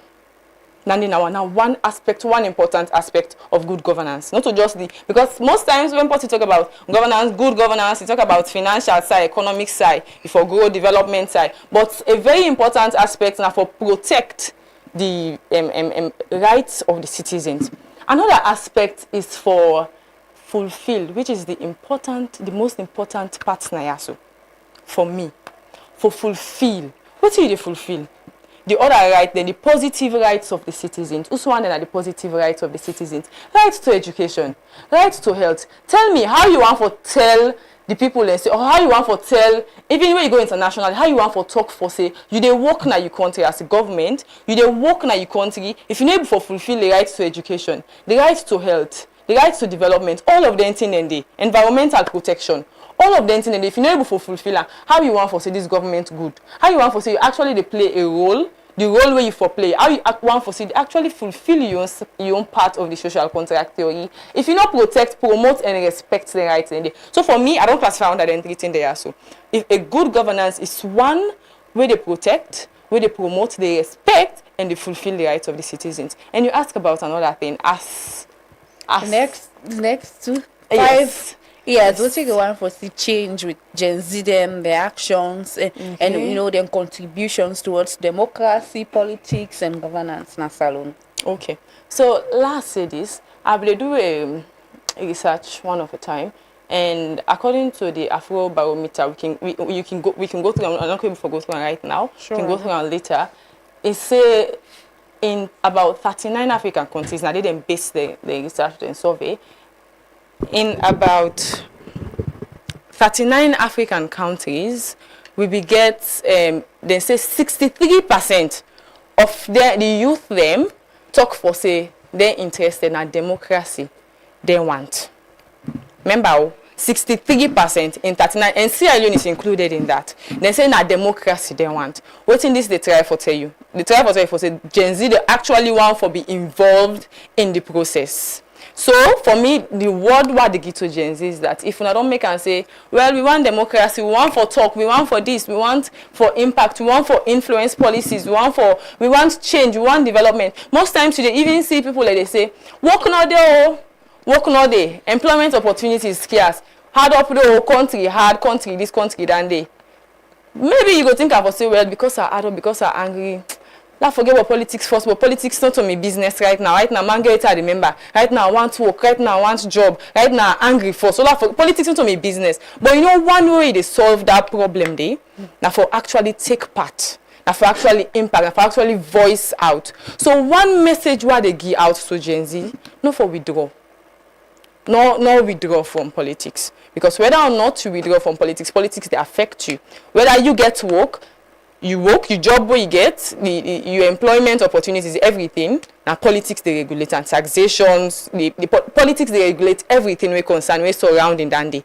Whether you forget the work now, whether you forget education, good education now, politics they actually influence all of dandy. In fact, some Gen Zs they get picking the right now. You know, according to the age, some Gen Z they get, most Gen Zs get picking the right now. So you picking your own future safe and you rely on dandy. So you know for shy away, whether not through the media you get for impact, whether not through organizations, movements like the Gen Z movement. I'll call you Bayi. Whether not through the Gen Z movement, where Bayi they do very well with, whether not through engaging in communications like this, whether not through engaging ministers or members of parliament, whether not through documenting government failures and posting it out there or speaking about it, whether not through there is a very important cyber forget for address for actually help Gen Zs, for actually help for educate fellow Gen Zs. I don't know if you understand that point. Yes, civic engagement. You understand? Delville also mentioned something important. Say, well, when they post, when they talk about the constitutional amendment, you know they see Gen Z that they engage in all of that. They blah blah blah blah blah. When they talk about PR system, you can use your media, you can use your social media handles for talk about what PR mean. There are a lot of people that we don't understand. In fact. Politicians, not shared to them, but a lot of politicians, in fact, even ECSL, not can get that time for able to engage each and every person for explain to the rating a PR system, for explain to the rating a this and this. If you're not Gen Z, you want for really make a change, you want for really impact, you want for influence. What you can do, put your mic, put your camera on, talk to people, even in your community. Talk to people, not just the media. Talk to people that if you want for see the change, you need for talk to people that engage people that. And lastly, if you want for see the change, you forbid the change. While you do also try for the government playing your part, you self play part. They say roles and responsibilities. You get anything they count on your side. Everything, every opportunity we then give, and count in your own responsibility, right? So even as Gen Z, you can also able to play your role. While they speak, you talk by the government, say, hey, now this and this, if you do, you back play your own part too. If you want to get job, you back go to school. If you want to get money, learn skill. If you want to let government empower yourself first. If you want to even empower other people, learn first of all for empower yourself. So yeah, Nafi. Except if you get other questions, but I think so I go I like this submission. You answer like teacher, being the lecture. So Delville, to you now, they're not going again to you. To this banner guy. I hope you okay for that. They say banner. We like people that way, them brave, them bold, fearless. They say their own, give their opinion respectfully online. You give very bold. So what's your message to young people that out there with taking over the space, getting involved in politics, democracy, governance? What's your message to young people out there? Well, my message is just the same. I encourage young people like me for being interested more in national conversations. Yeah, that's it. And just be curious about what's in the happen. It's okay. You can multitask, so you can be interested in your drama stuff, but at the same time also you really want to know about your country. Kenya beget some Gen Z protests where happen. I think Sri Lanka safe. Other countries and India, yes. Is it Ministry Singapore? with around the Ministry of Education and so young people across the world don't begin the try for be active towards what's happening in the country. So I expect we self now also for do the same. And yes, I also concede to the fact that many young people are not interested in waiting to happen. We are all for materialism and having fun and all. But with time, I hope so it will change.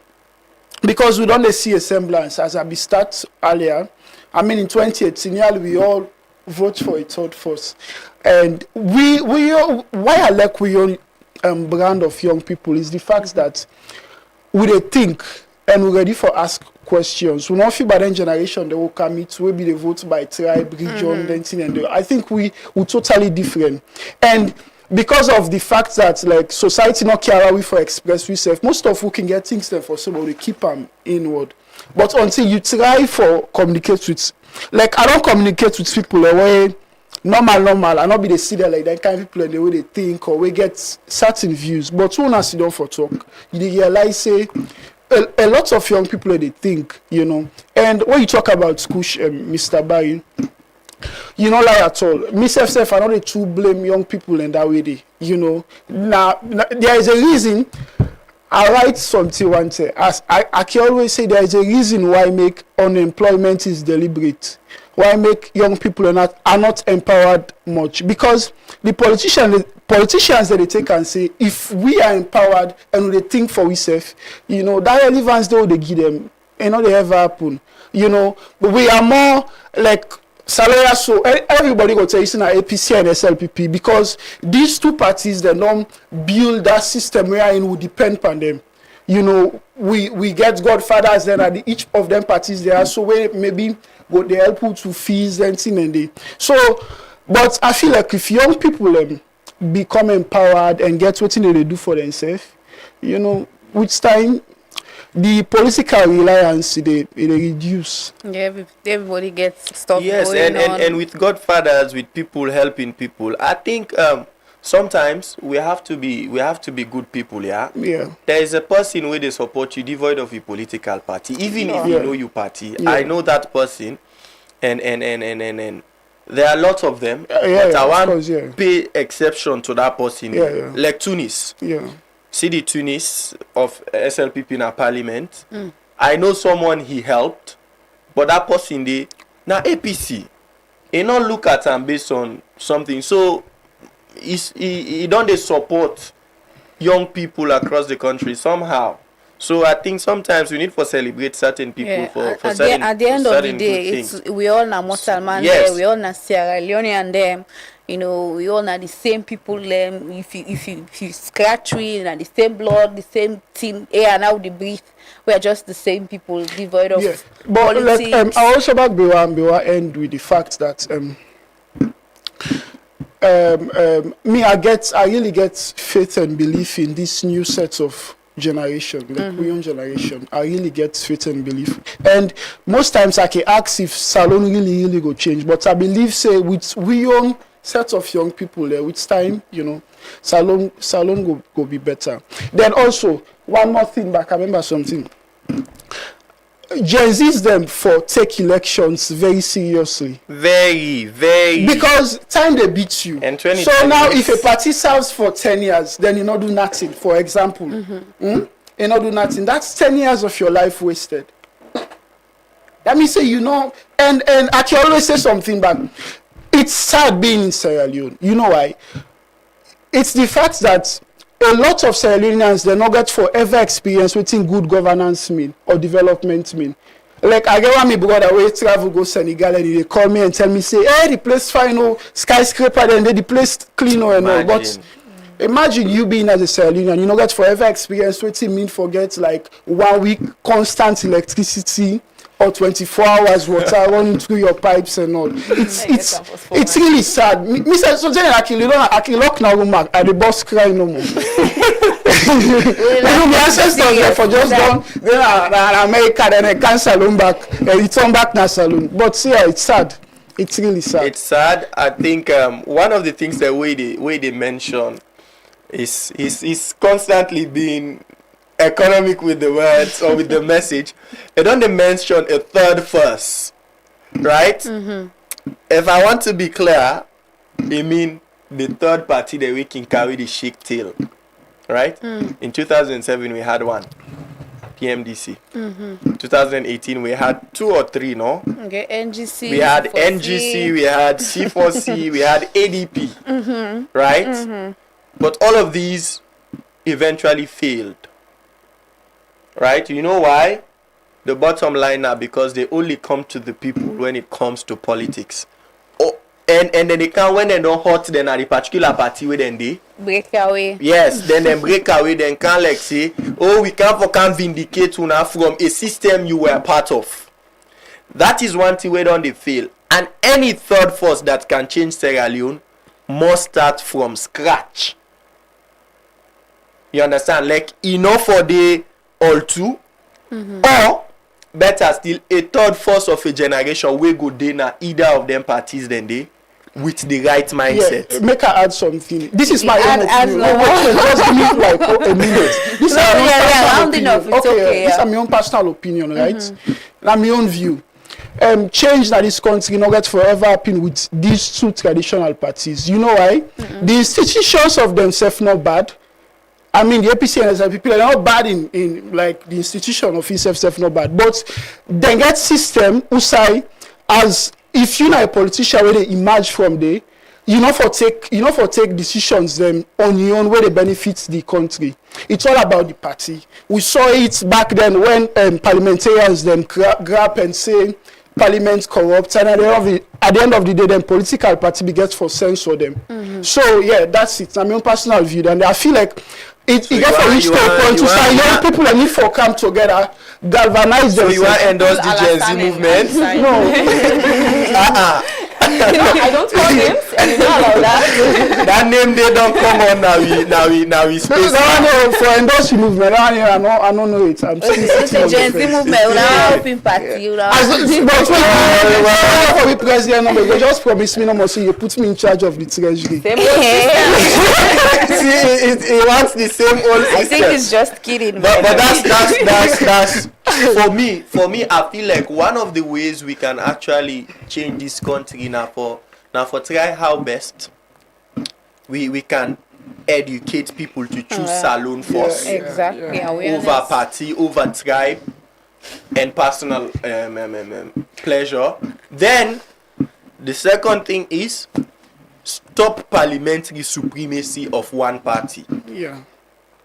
You understand? Because if I'm being, let Pula now, let me talk as somebody who study political science small, right? Nafi. Why you say the president proposed for let them add 14 members of parliament? You know what thing comes to me mind? It become me say upon me say maybe president no want assent to the bill. He want return. Then when they amend they add 14 members of parliament. Remember, Paramount chief then write against this particular bill. But all 14 of parliament vote in favor of the bill. So maybe Pape Wale then add like 14 we go make a very easy next time. You know? So I feel like if them be just say, well, they give 14 seats to young people, most of them for the dance for Pape right now. Youth, Gen Z, say one create space now, one give 14 seats to the young people. Now we duty for Save Salone. Because at this point, we dey emergency mode. We dey ICU. You understand? We need help. We need help. If not to debt, if not to EDSA, if not to the telecoms, the issues are plenty because the Kush apocalypse is normal now. Yeah, plenty young people in this we get beautiful minds like out there and talk about yes, very intelligent, they do a lot. That make electric keke na salon na young people. They know they celebrate her. They no go clap for her. Now for le one Gen Z no go na media. You don't get for tired today. I don't get for tired, but no, I go retire. That's why I will make you retire. Like I hold you on and that so they can try for wrap up the program. You know, it has been an interesting conversation, and I like the later part of the program why it's not just questions, it's just we dey flown at the studio, you take them from one person, then they give you opinion on something, you don't wait to be asked, like it's like a discussion now we are having, not just that kind of interview, they try to get your opinion, try to elicit information from you, but it's normal with the flow like young people in at the studio.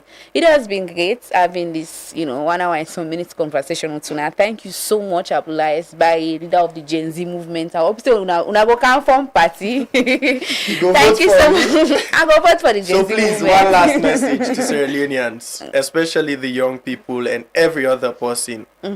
Please go na Auntie Oyin page, na TikTok, look at that school and help the school. Let us start with that school.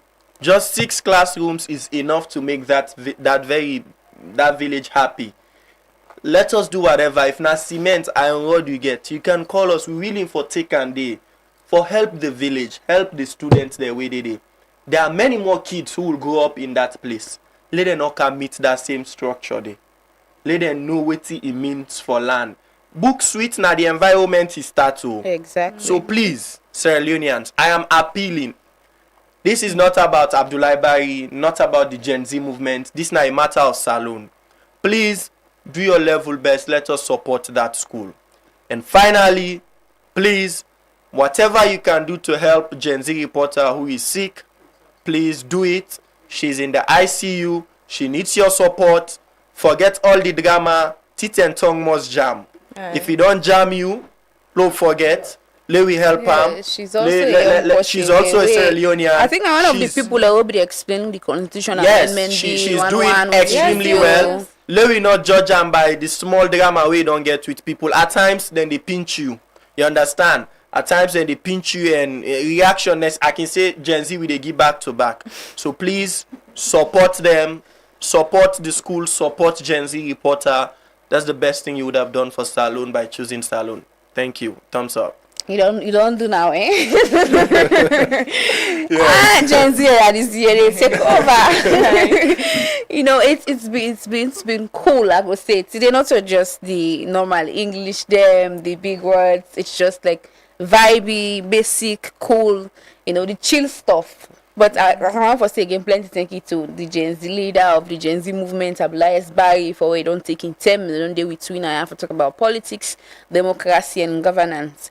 Me thank you also. They go to Diana Mosire, very young lecturer, very good looking lady. She's my classmate, by the way. We go primary school, we go junior secondary school, and Diana be there among the youngest people in our class. But she's so tall, a big for her, but guide pass we all in our class. Like, you know, and I'm so proud, you know, Diana, and I'll be one of the people that will be shy, be ashamed for talk. But now she's a lecturer, and I need to explain give you so politics. Yes, she's lecturing us.